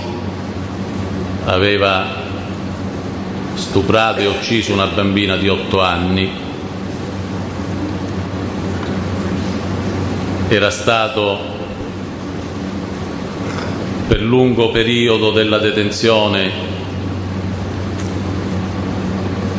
ristretto nel centro clinico di Solliciano, aveva svolto l'attività di scrivano, aveva quindi avuto modo, occasione di muoversi liberamente all'interno del centro e di parlare con i detenuti e scrivere anche loro lettere. Aveva conosciuto il Pacciani Pietro, era stato detenuto in celle anche vicine. Sia durante la prima carcerazione del Pacciani, quando era sotto processo per la violenza alle figlie, sia quindi dall'87 al 91, sia durante la seconda carcerazione del Pacciani, quando era imputato dei delitti attribuibili al mostro, quindi fino agli anni 94-95.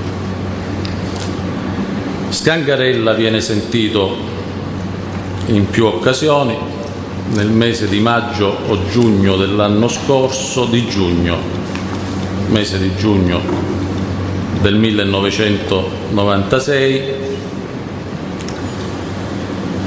e in quelle occasioni riferiva sia dei suoi ottimi rapporti durante la detenzione con Pacciani, dicendo che l'aveva visto leggere e scrivere tante lettere, tra cui anche lettere ad un suo amico che faceva il postino, ad un suo ottimo amico, anzi gli aveva detto il Pacciani: questo postino è il mio migliore amico. Riferiva poi che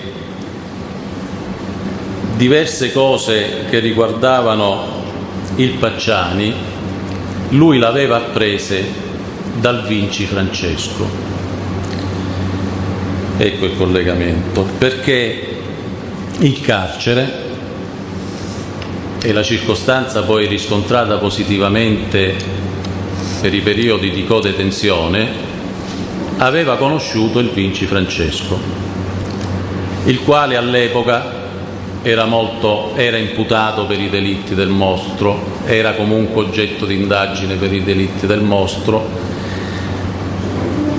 Gli aveva fatto delle confidenze, gli aveva riferito cose che riguardavano il Pacciani, gli aveva detto che aveva conosciuto molti anni prima, circa 10 anni prima, il Pacciani, aveva frequentato il Pacciani, con Pacciani erano stati anche a fare delle riunioni, le famose sedute in un casolare di campagna,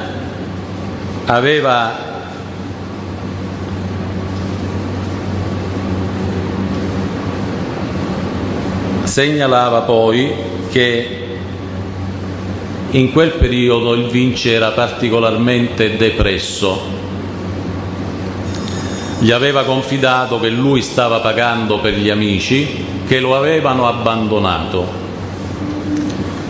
Piangeva e temeva di essere ucciso dai suoi amici. Queste circostanze, vedremo, sono riscontrati da altri testi. Lo stato di preoccupazione del Vinci, lo stato depressivo del Vinci, di cui parla Scangarella, è riscontrato positivamente da Don Cuba, il parroco di Solliciano, che ho sentito il 21 giugno del 1996, e tra le cose che mi ha riferito appunto che aveva conosciuto il Vinci Francesco in carcere e che era depresso, tanto dice Don Cuba che si sbatteva la testa anche al muro, perché imputato, oggetto di indagine per i delitti attribuibili al mostro. Stato depressivo di cui mi parla Scangarella, che viene riscontrato positivamente, oltre che da Don Cuba, anche da quello che era stato forse uno dei migliori amici del Vinci Francesco, Giovanni Calamosca,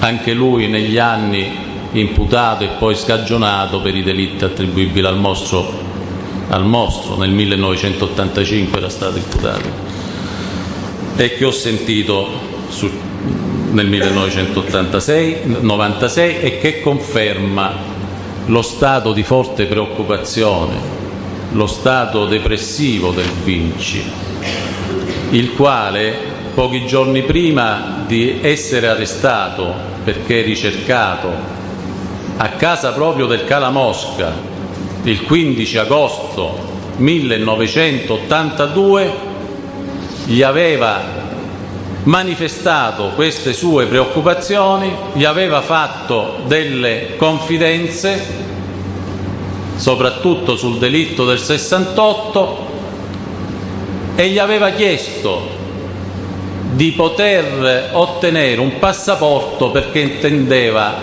andare lontano dall'Italia.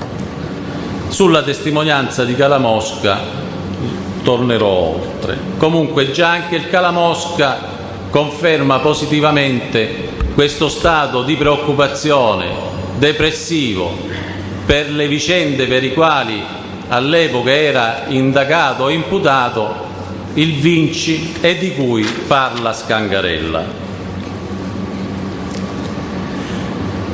L'attendibilità di Scangarella, peraltro, nei successivi accertamenti era chiara, emergeva anche da fatti che risultavano, da fatti obiettivi che risultavano in epoca non sospetta. Scangarella, infatti, a proposito dei suoi rapporti, della sua amicizia che aveva instaurato con Pacciani in carcere, amicizia che aveva portato il Pacciani a promettere a Scangarella una casa in dono prima che Pacciani venisse scarcerato per la questione delle figlie nel 91, e questa circostanza della casa in dono promessa da Pacciani viene confermata anche da Don Cuba nell'interrogatorio, nella deposizione del 21 giugno 96. Scangarella, nel chiarire questi rapporti, riferisce di una sua visita fatta a casa di Pacciani insieme a Don Cuba e ad altro detenuto Rescigno, di nome Rescigno, pochi giorni dopo la scarcerazione di Pacciani, quando venne scarcerato per la questione delle figlie. E dice, a proposito di questa visita: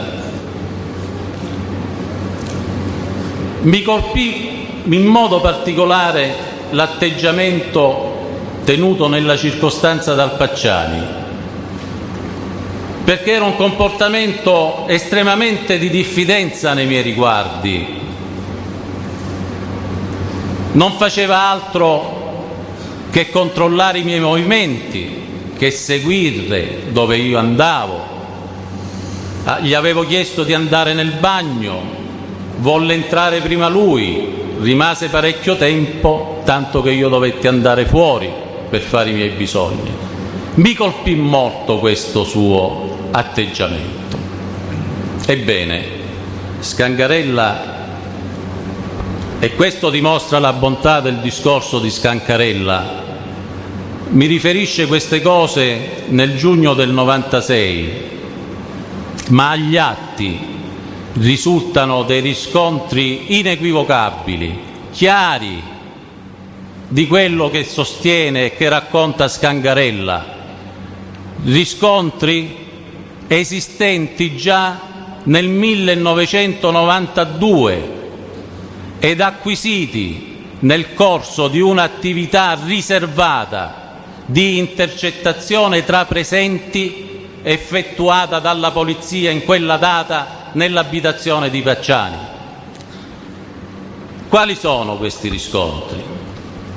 Il Pacciani, il 7 di gennaio, 7 sottolineo la data, il 7 gennaio 1992, nella sua abitazione, colloquiando a lungo, è una lunghissima conversazione,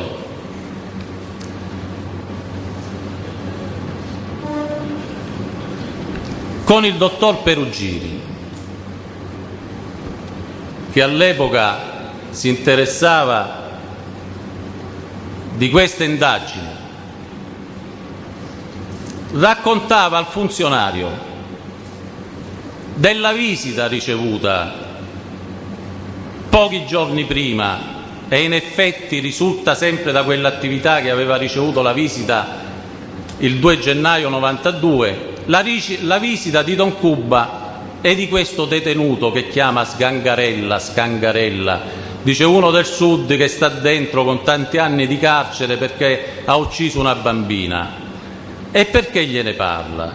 Gliene parla perché il Pacciani aveva letto su un quotidiano che c'era un detenuto che aveva tanti anni da fare, che aveva notizie sulla pistola del mostro,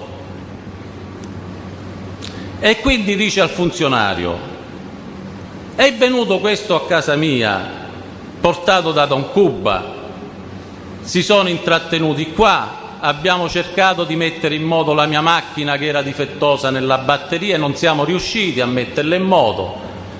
Io ho avuto paura che mi mettesse questo ergastolano, un gingillo lo chiamava Picciani, nell'orto, un proiettile nell'orto, e gli andetti dietro, dice testuale nella conversazione. Lo seguii perché pensavo che potesse nascondermi nell'orto un proiettile, un gingillo. Ebbene, Scangarella mi riferiva nel 96, mi colpì l'atteggiamento di Pacciani in quell'occasione, che mi seguiva, che mi veniva dietro.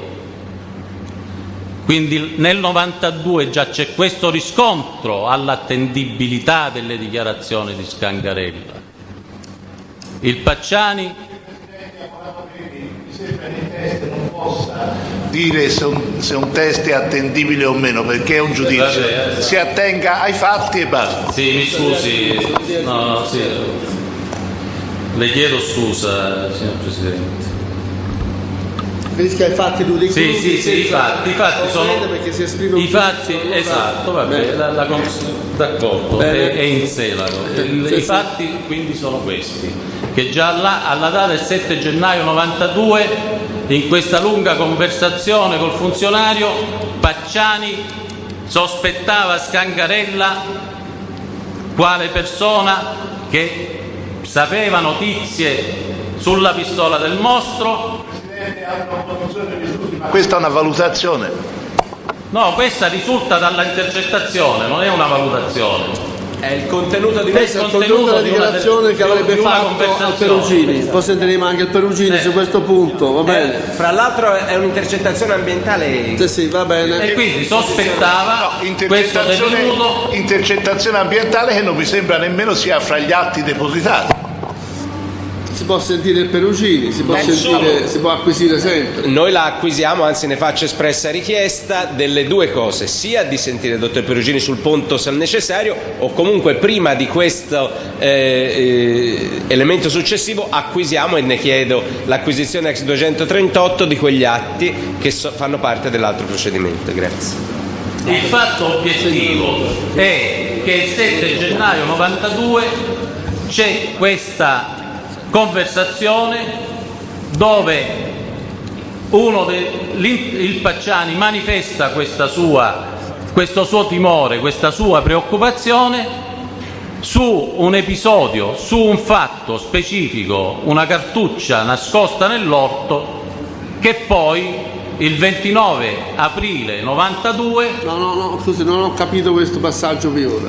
Cioè il fatto obiettivo, signor Presidente, è che il 7 gennaio del 1992, il Pacciani, parlando col funzionario, riferisce di temere che questo detenuto Scangarella, di cui lui aveva sospettato potesse essere il detenuto citato nel giornale, di cui nel giornale non c'era il nome, che aveva notizie sulla pistola del mostro e che aveva tanti anni di carcere da fare ed era detenuto a Solliciano, di sospettarlo che potesse mettergli una cartuccia nell'orto. 7 gennaio 92. Dice tant'è che quando venne qua con Don Cuba, sapendo io che sul giornale c'era sto detenuto e sapeva notizie sulla pistola, e sospettando questo lo dice nella telefonata, è un dato obiettivo, sospettando Scangarella, quando venne qua non lo lasciai un attimo, non lo persi di occhio un attimo, gli andetti sempre dietro. Questo è un dato obiettivo. Anticipava quindi quello che poi il 29 aprile del 92, a distanza quasi di 4 mesi, effettivamente si è trovata nell'orto la cartuccia. Questo è un altro dato obiettivo.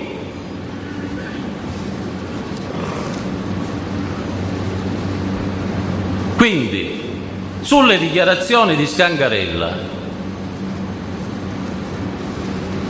rilevavo che già dal 92 c'erano dati obiettivi che confermavano le circostanze, o alcune circostanze che Scangarella mi riferiva nel 96, nel giugno del 96. Altri riscontri: il Don Cuba, che sentito, come dicevo prima, il 21 giugno del 96,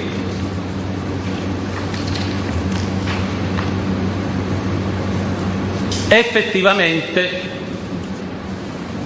diceva che i rapporti tra Pacciani e Scangarella in carcere erano ottimi,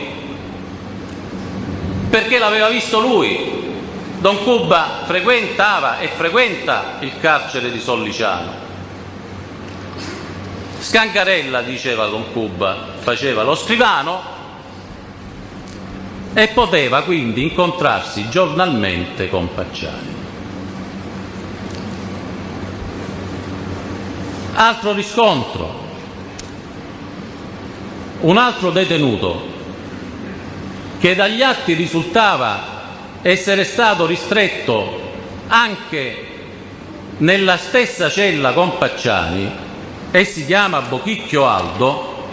Come? Bocchicchio Aldo, Bocchicchio, doppia C, Aldo. Sentito il 18 giugno, mi dichiarava che Pacciani, durante il periodo di comune detenzione, non aveva confidenza con nessuno tranne che con Scangarella, tranne che con lo scrivano. Non fa il nome di Scangarella, mi correggo, tranne che con lo scrivano. Quindi altro riscontro sui rapporti tra i due. Altro riscontro documentale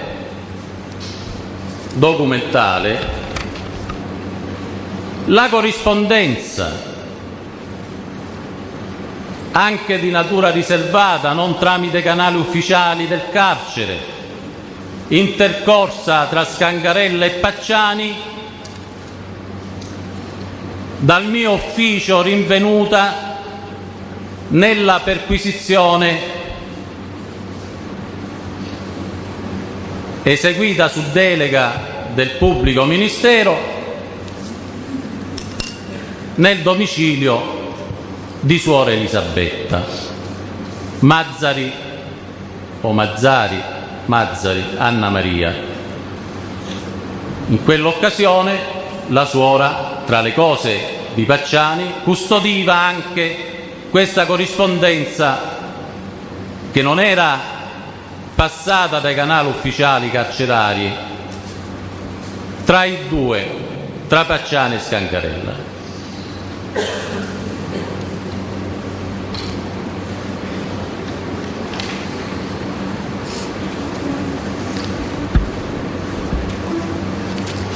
Altri elementi di collegamento con il Francesco Vinci. Francesco Vinci frequentava a Prato lo stesso bar di Indovino Salvatore. Indovino Salvatore abitava in via di Fattignano, ma frequentava Prato, anche perché a Prato aveva gli amici e aveva il fratello che abitava, credo che tuttora abiti a Prato, Indovino Sebastiano. Frequentavano lo stesso bar proprio negli anni, tra la fine degli anni 70 e i primi anni 80.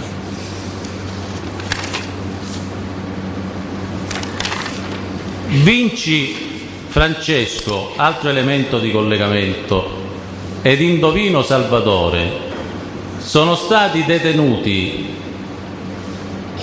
per un certo periodo insieme al carcere Le Murate. Posso riferire anche le date esatte. L'Indovino dal 27 luglio 81 al 5 dicembre 81, il Vinci dal 14 novembre 81 al 21/12/81. Quindi abbiamo più di un mese e mezzo di comune detenzione, e accertamenti fatti sulla situazione della struttura carceraria all'epoca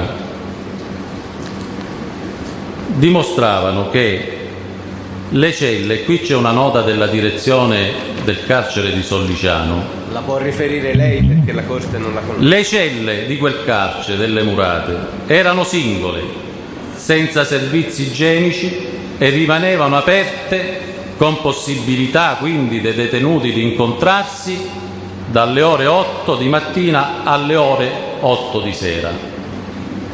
Non aggiungo altro sulle celle. Vinci agli inizi altri elementi in comune sia con Indovino che con Pacciani. Vinci, Francesco Vinci, agli inizi degli anni '80 era l'amante di Milva Malatesta. Milva Malatesta, lo dico adesso perché ricorre poi anche successivamente, è quella giovane donna che insieme al figlio Mirko di 3 anni, la mattina del 20 agosto 1993, nel comune di Barberino Valdelsa, viene trovata morta, bruciata nella macchina di sua proprietà, una Panda.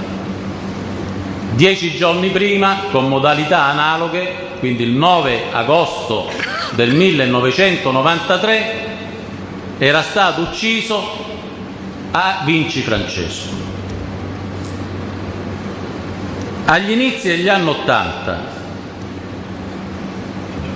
la Milva Malatesta era l'amante di Francesco Vinci, e qua c'è una puntuale testimonianza di Giovanni Calamosca, che, come dicevo prima, è stato uno dei migliori amici del Vinci, e per questa amicizia era stato, anche per questi rapporti, era stato indagato per la vicenda del mostro. Il Giovanni Calamosca, a questo proposito del rapporto sentimentale tra la Milva Malatesta e il Vinci Francesco, mi riferisce che il Vinci, agli inizi proprio degli anni '80, in quel periodo, fine anni '70, inizi anni '80, aveva perso la testa per una donna che abitava a Prato, tant'è che la moglie del Vinci, che aveva saputo questa circostanza, questo fatto, intendeva separarsi. E mi dice: in un'occasione io ho visto questa donna, di cui non so il nome, non so dirvi come si chiama, però l'ho vista perché ho avuto la necessità di parlare con Vinci Francesco. Sono andato quindi al bar a Prato dove solitamente lui frequentava, non l'ho trovato. Sono andato a casa, il Vinci Francesco abitava a Montelupo Fiorentino. Sono andato a casa, non l'ho trovato, la moglie mi indicò dove avrei potuto trovarlo e mi indicò una trattoria andando verso Barberino. Passai da quel posto, effettivamente lo trovai, stava cenando con una donna che mi presentò, non ricordo il nome che mi disse, forse neppure me lo disse il nome, mi descrive questa donna. In sede poi di individuazione fotografica di un album che conteneva varie fotografie, riconosce con certezza quella donna nella Milva Malatesta. Quindi abbiamo questo elemento di riscontro. Milva Malatesta, che risulta essere stata anche l'amante di Indovino Salvatore, e in proposito richiamo le dichiarazioni di Filippa Nicoletti, la donna che all'epoca stava con Indovino Salvatore. Filippa Nicoletti, il 23 aprile del 1996... Cosa c'entra con questo processo? Questo fa un rapporto qui? Questo c'entra, a mio giudizio, perché dimostra i rapporti tra Vinci, Indovino, Pacciani, e quindi sono i riscontri alle dichiarazioni di Scangarella e di Lotti anche, perché anche Lotti, io non lo sto citando Lotti, ma Lotti parla del Vinci Francesco. Presidente, è quella dichiarazione sostanziale in cui il Lotti dice: fu eseguito quell'omicidio dei tedeschi per scagionare il Vinci. Allora sta dimostrando che attraverso le indagini la squadra mobile, nella persona del dottor Giuttari, ha riscontrato la sussistenza di rapporti fra queste persone, rapporti tali e così ben radicati che hanno possono giustificare un omicidio o comunque danno riscontro. No, io non devo riferirmi al rapporto affettivo tra Calamosca e la Milva Malatesta. Questo non è Calamosca, è Indovino. No, è Indovino stavo parlando adesso. Scusi, mi sembra che sia inutile che il pubblico ministero spieghi quello che il test è un test qualificato, può dirlo lui il motivo. Non è che ci sia necessità ogni volta di una spiegazione. Va bene. Vabbè, ma io non sto richiamando le dichiarazioni. A me sembrava chiaro che tutti questi riscontri, che possono apparire un po' minuziosi, forse molto approfonditi, per me non sono stati strani perché non voglio esprimere un mio giudizio per non essere richiamato nuovamente, ma io dovevo riscontrare le dichiarazioni di Scangarella. Quindi se io nel riscontrare le dichiarazioni di Scangarella o di qualsiasi altro teste trovo più elementi, è tanto meglio, perché mi dà attendibilità alla testimonianza. Quindi stavo dicendo, avevo parlato del rapporto Vinci Francesco Milva Malatesta ed ero passato al rapporto tra Indovino Salvatore, titolare proprietario della casa di via di Faltignano, che dalle testimonianze risultava frequentata anche da Vanni e Pacciani, e questa Milva Malatesta. E a proposito richiamavo ad ulteriore a riscontro le dichiarazioni rese il 23 aprile del 96 dalla Filippa Nicoletti, che all'epoca era la donna, chiamiamola ufficiale, anche se non ero la convivente, dell'Indovino Salvatore. La Filippa Nicoletti, a che epoca? Siamo agli inizi degli anni '80. La Filippa Nicoletti riferisce che dopo la scarcerazione di Indovino, avvenuta il 5 dicembre 81, quindi siamo proprio agli inizi degli anni '80, possiamo anche collocarlo temporalmente in un arco di tempo più ristretto, quindi in epoca prossima al 5 dicembre 81, si reca da via di Faltignano a cercare Indovino perché da diversi giorni mancava da casa, va a Prato nel bar famoso, l'ha frequentato anche dai sardi, per vedere se lo trova, non lo trova, poi racconta tutta una storia che fa un incontro con un uomo che la porta 15-20 giorni in un'altra zona, che non riferisco perché non la ritengo pertinente. Comunque, tornata poi a casa dopo questo periodo di assenza di 15-20 giorni, la Filippa nota che nei cassetti del comò della stanza da letto, anziché le proprie cose, i propri oggetti, le proprie indumenti intimi, c'erano gli indumenti intimi e oggetti appartenenti alla Milva Malatesta. Dice perché la Milva ha avuto un rapporto con l'Indovino. Peraltro su questa relazione tra la Milva ed Indovino posso fare riferimento anche ad alcune lettere sequestrate in occasione della perquisizione del 23 gennaio 96 alla Filippa Nicoletti,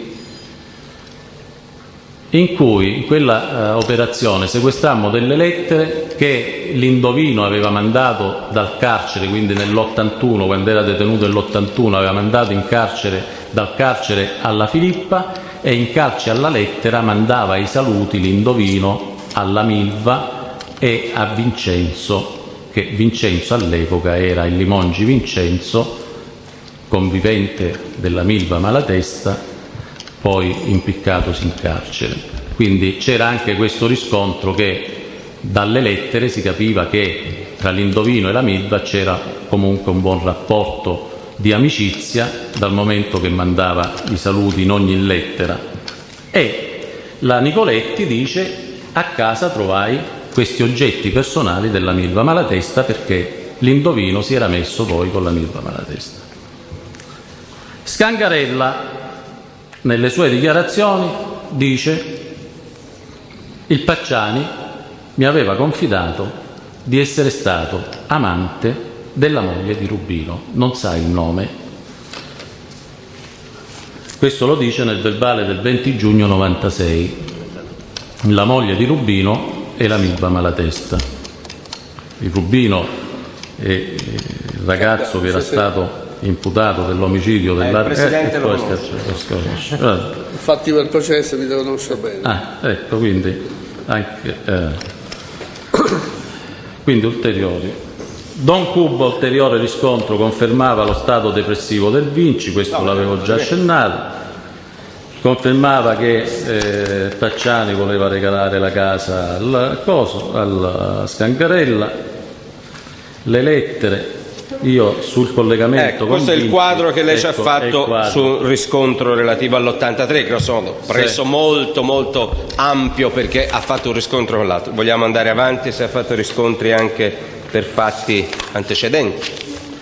Ci sono dei riscontri, sì, sull'ultimo delitto che Baccaiano, l'ultimo nell'ambito di quelli per i quali sono stato delegato relativi alla presenza di Lotti a questi delitti. Certo. L'ultimo in quest'ottica, sì, del 1982.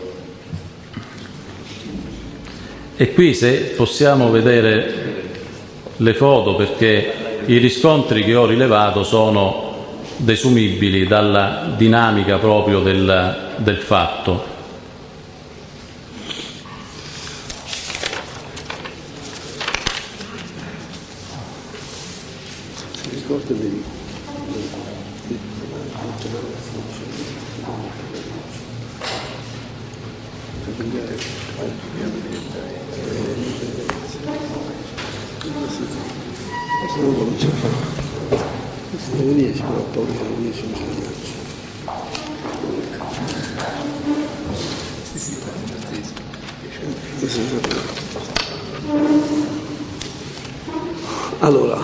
Allora, questi sono i rilievi fatti in occasione di quel duplice omicidio. Noi abbiamo sul lato destro dell'immagine lo spiazzo dove era ferma la macchina della coppia. Ecco, quello spiazzo era ferma là inizia la sparatoria. La macchina poi viene trovata sul lato opposto della strada in un fossetto. Presentava la macchina colpi d'arma da fuoco nella parte anteriore, anche i fari erano stati colpiti. Veniva rinvenuto un bossolo anche all'interno della macchina, dentro la macchina. Presentava poi il finestrino lato guida completamente frantumato.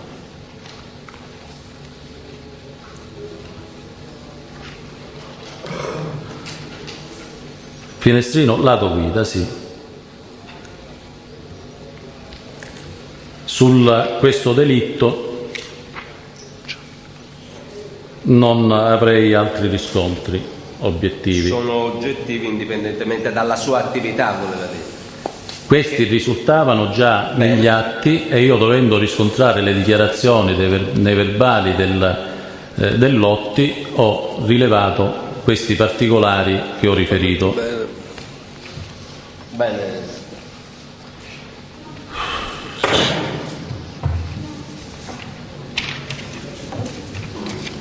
Presidente, io non so ora se convenga passare, sarei nella necessità di chiederle se mi può anticipare un attimo il programma della Corte. Mi spiego, perché direi che con il dottor Giuttari forse avrei da affrontare qualche altro argomento e non so ora la pesantezza di questo argomento rispetto al programma che vogliamo fare.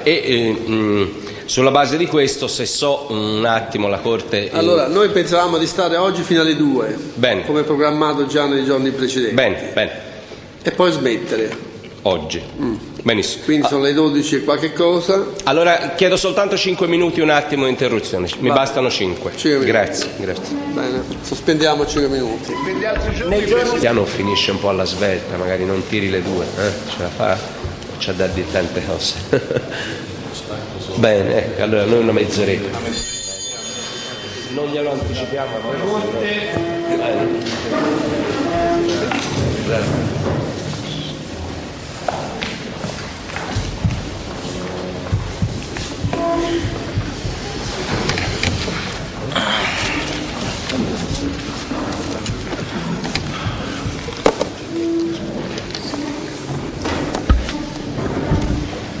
Si può accomodare, dottore?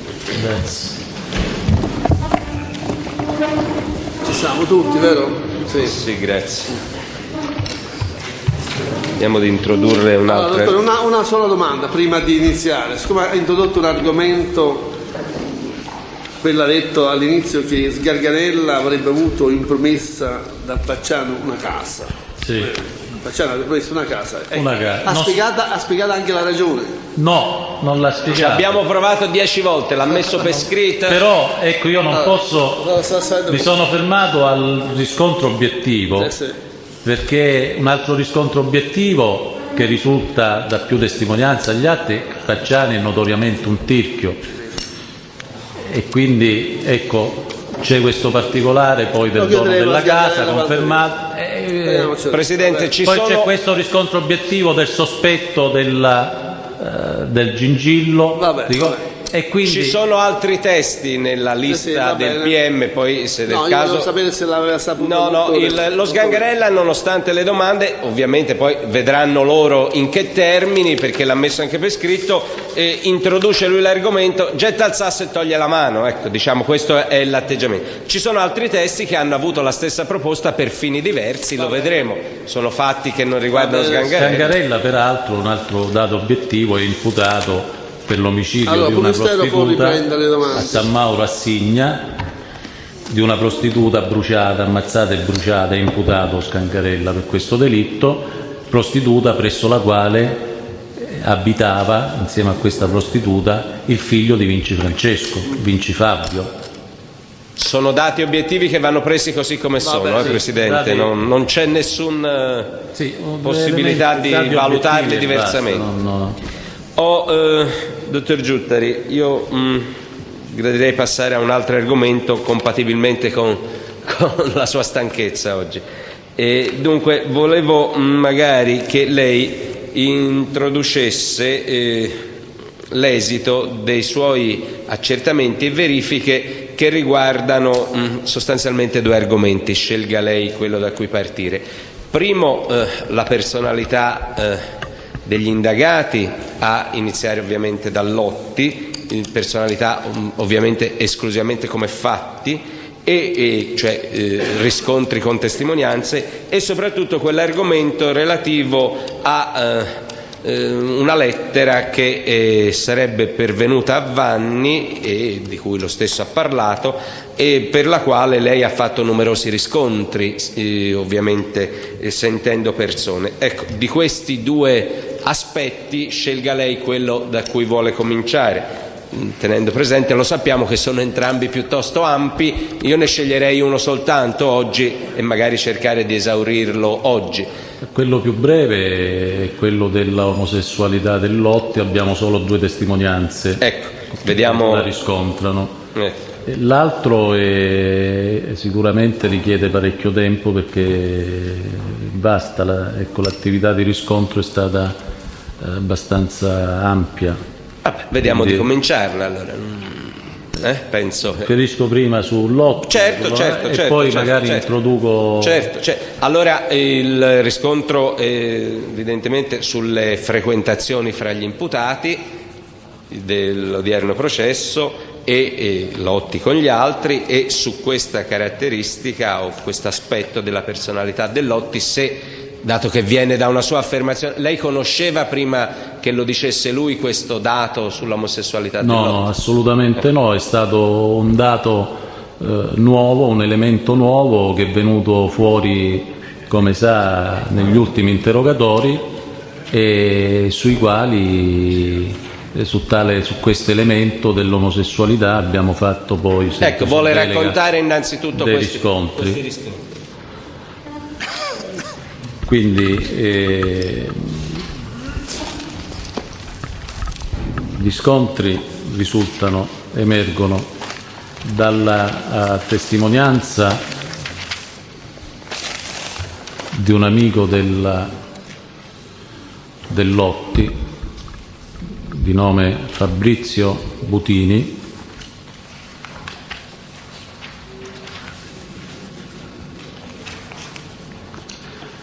il cui nome risultava da un verbale di interrogatorio. Cioè il Lotti che lo fa. Il Lotti aveva detto che per un delitto era stato ricattato e quindi costretto da Pacciani e Vanni ad andare con loro perché l'avevano visto in macchina, e indica anche il posto, insieme a questo Butini in un rapporto intimo, e quindi gli avevano detto o vieni con noi o si parla in paese e si dice. Ecco, esiste una persona con questo nome, ha le caratteristiche? Sì, è stata, vediamo. La persona è stata identificata. Il Lotti vi aveva dato nome e cognome? Sì, il Lotti Fabrizio, credo anche il cognome, comunque ha dato degli elementi molto chiari per la sua identificazione. Ci ha detto all'epoca dove lavorava, nello stabilimento della ditta farmaceutica Menarini. Ci ha detto che aveva la madre ammalata, che aveva un problema anche di peso, non si poteva, di deambulazione, l'aveva ricoverata in una clinica. Ci dà degli elementi che sono risultati tutti veri e che hanno portato alla identificazione esatta di questa persona, e che si chiama Butini Fabrizio. Lei l'ha sentita questo? L'ho sentito esattamente il 4 gennaio 97. Siamo in quest'anno perché, come dicevo prima, questa circostanza nuova era emersa negli ultimissimi interrogatori del Lotti, quindi fra novembre e dicembre del 96. Quindi il 4 gennaio 97, dopo i preliminari accertamenti presso la ditta farmaceutica, presso l'istituto dove era stata ricoverata la madre, acquisiamo tutte verifiche positive sul soggetto, lo identifichiamo e lo sentiamo. Il Butini Fabrizio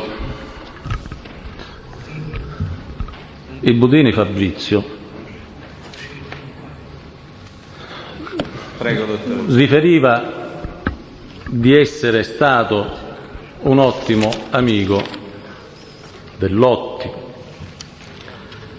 Diceva che con il Lotti nel passato era andato spesse volte a fare merende là nei locali nei dintorni di San Casciano, sia quando Lotti aveva la 124, sia quando aveva la 128 sportiva di colore rosso.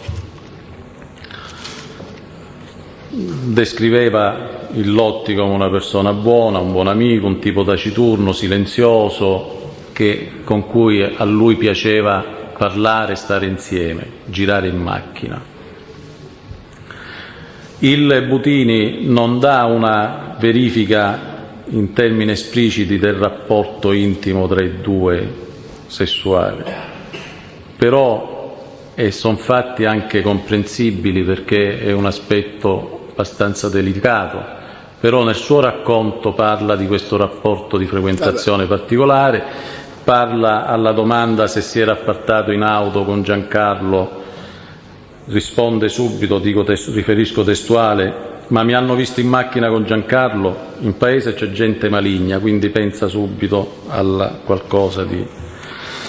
Poi riferiva che era rimasto molto male per le notizie di stampa che aveva appreso, che avevano riportato il coinvolgimento del Lotti in queste vicende delittuose, esprimeva a verbale una sua riflessione dicendo: io lo conosco bene, il Bollotti è molto buono, se ha fatto quelle cose l'ha fatto perché è stato costretto, e dice: quando io ho letto le notizie, come persone che l'ha potuto costringere, ho pensato subito al Vanni.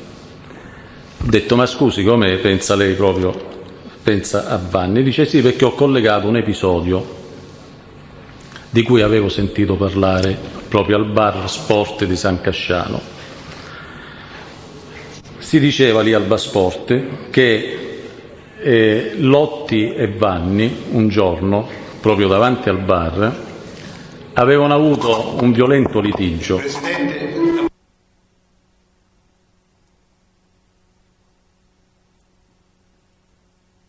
Che comunque non aveva fatto nessuna denuncia, non si era presentato ai carabinieri, quindi non aveva riferito nulla all'epoca.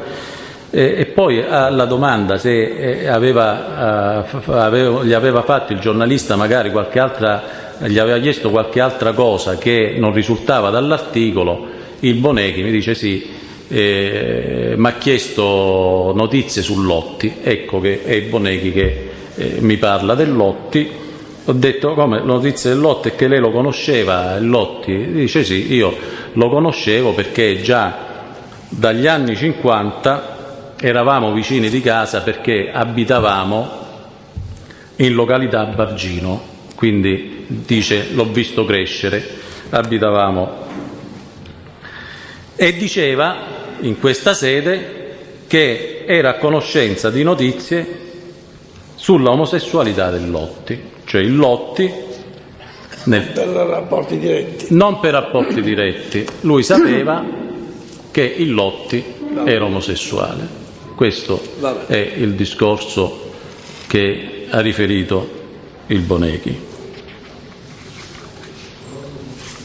Quindi sull'omosessualità del Lotti io altri riscontri non è. Bene, vediamo se crede introdurre l'altro argomento. Proviamo a introdurlo, poi finché ne ha le forze, diciamo, è da stamani alle 9 che deve. L'altro.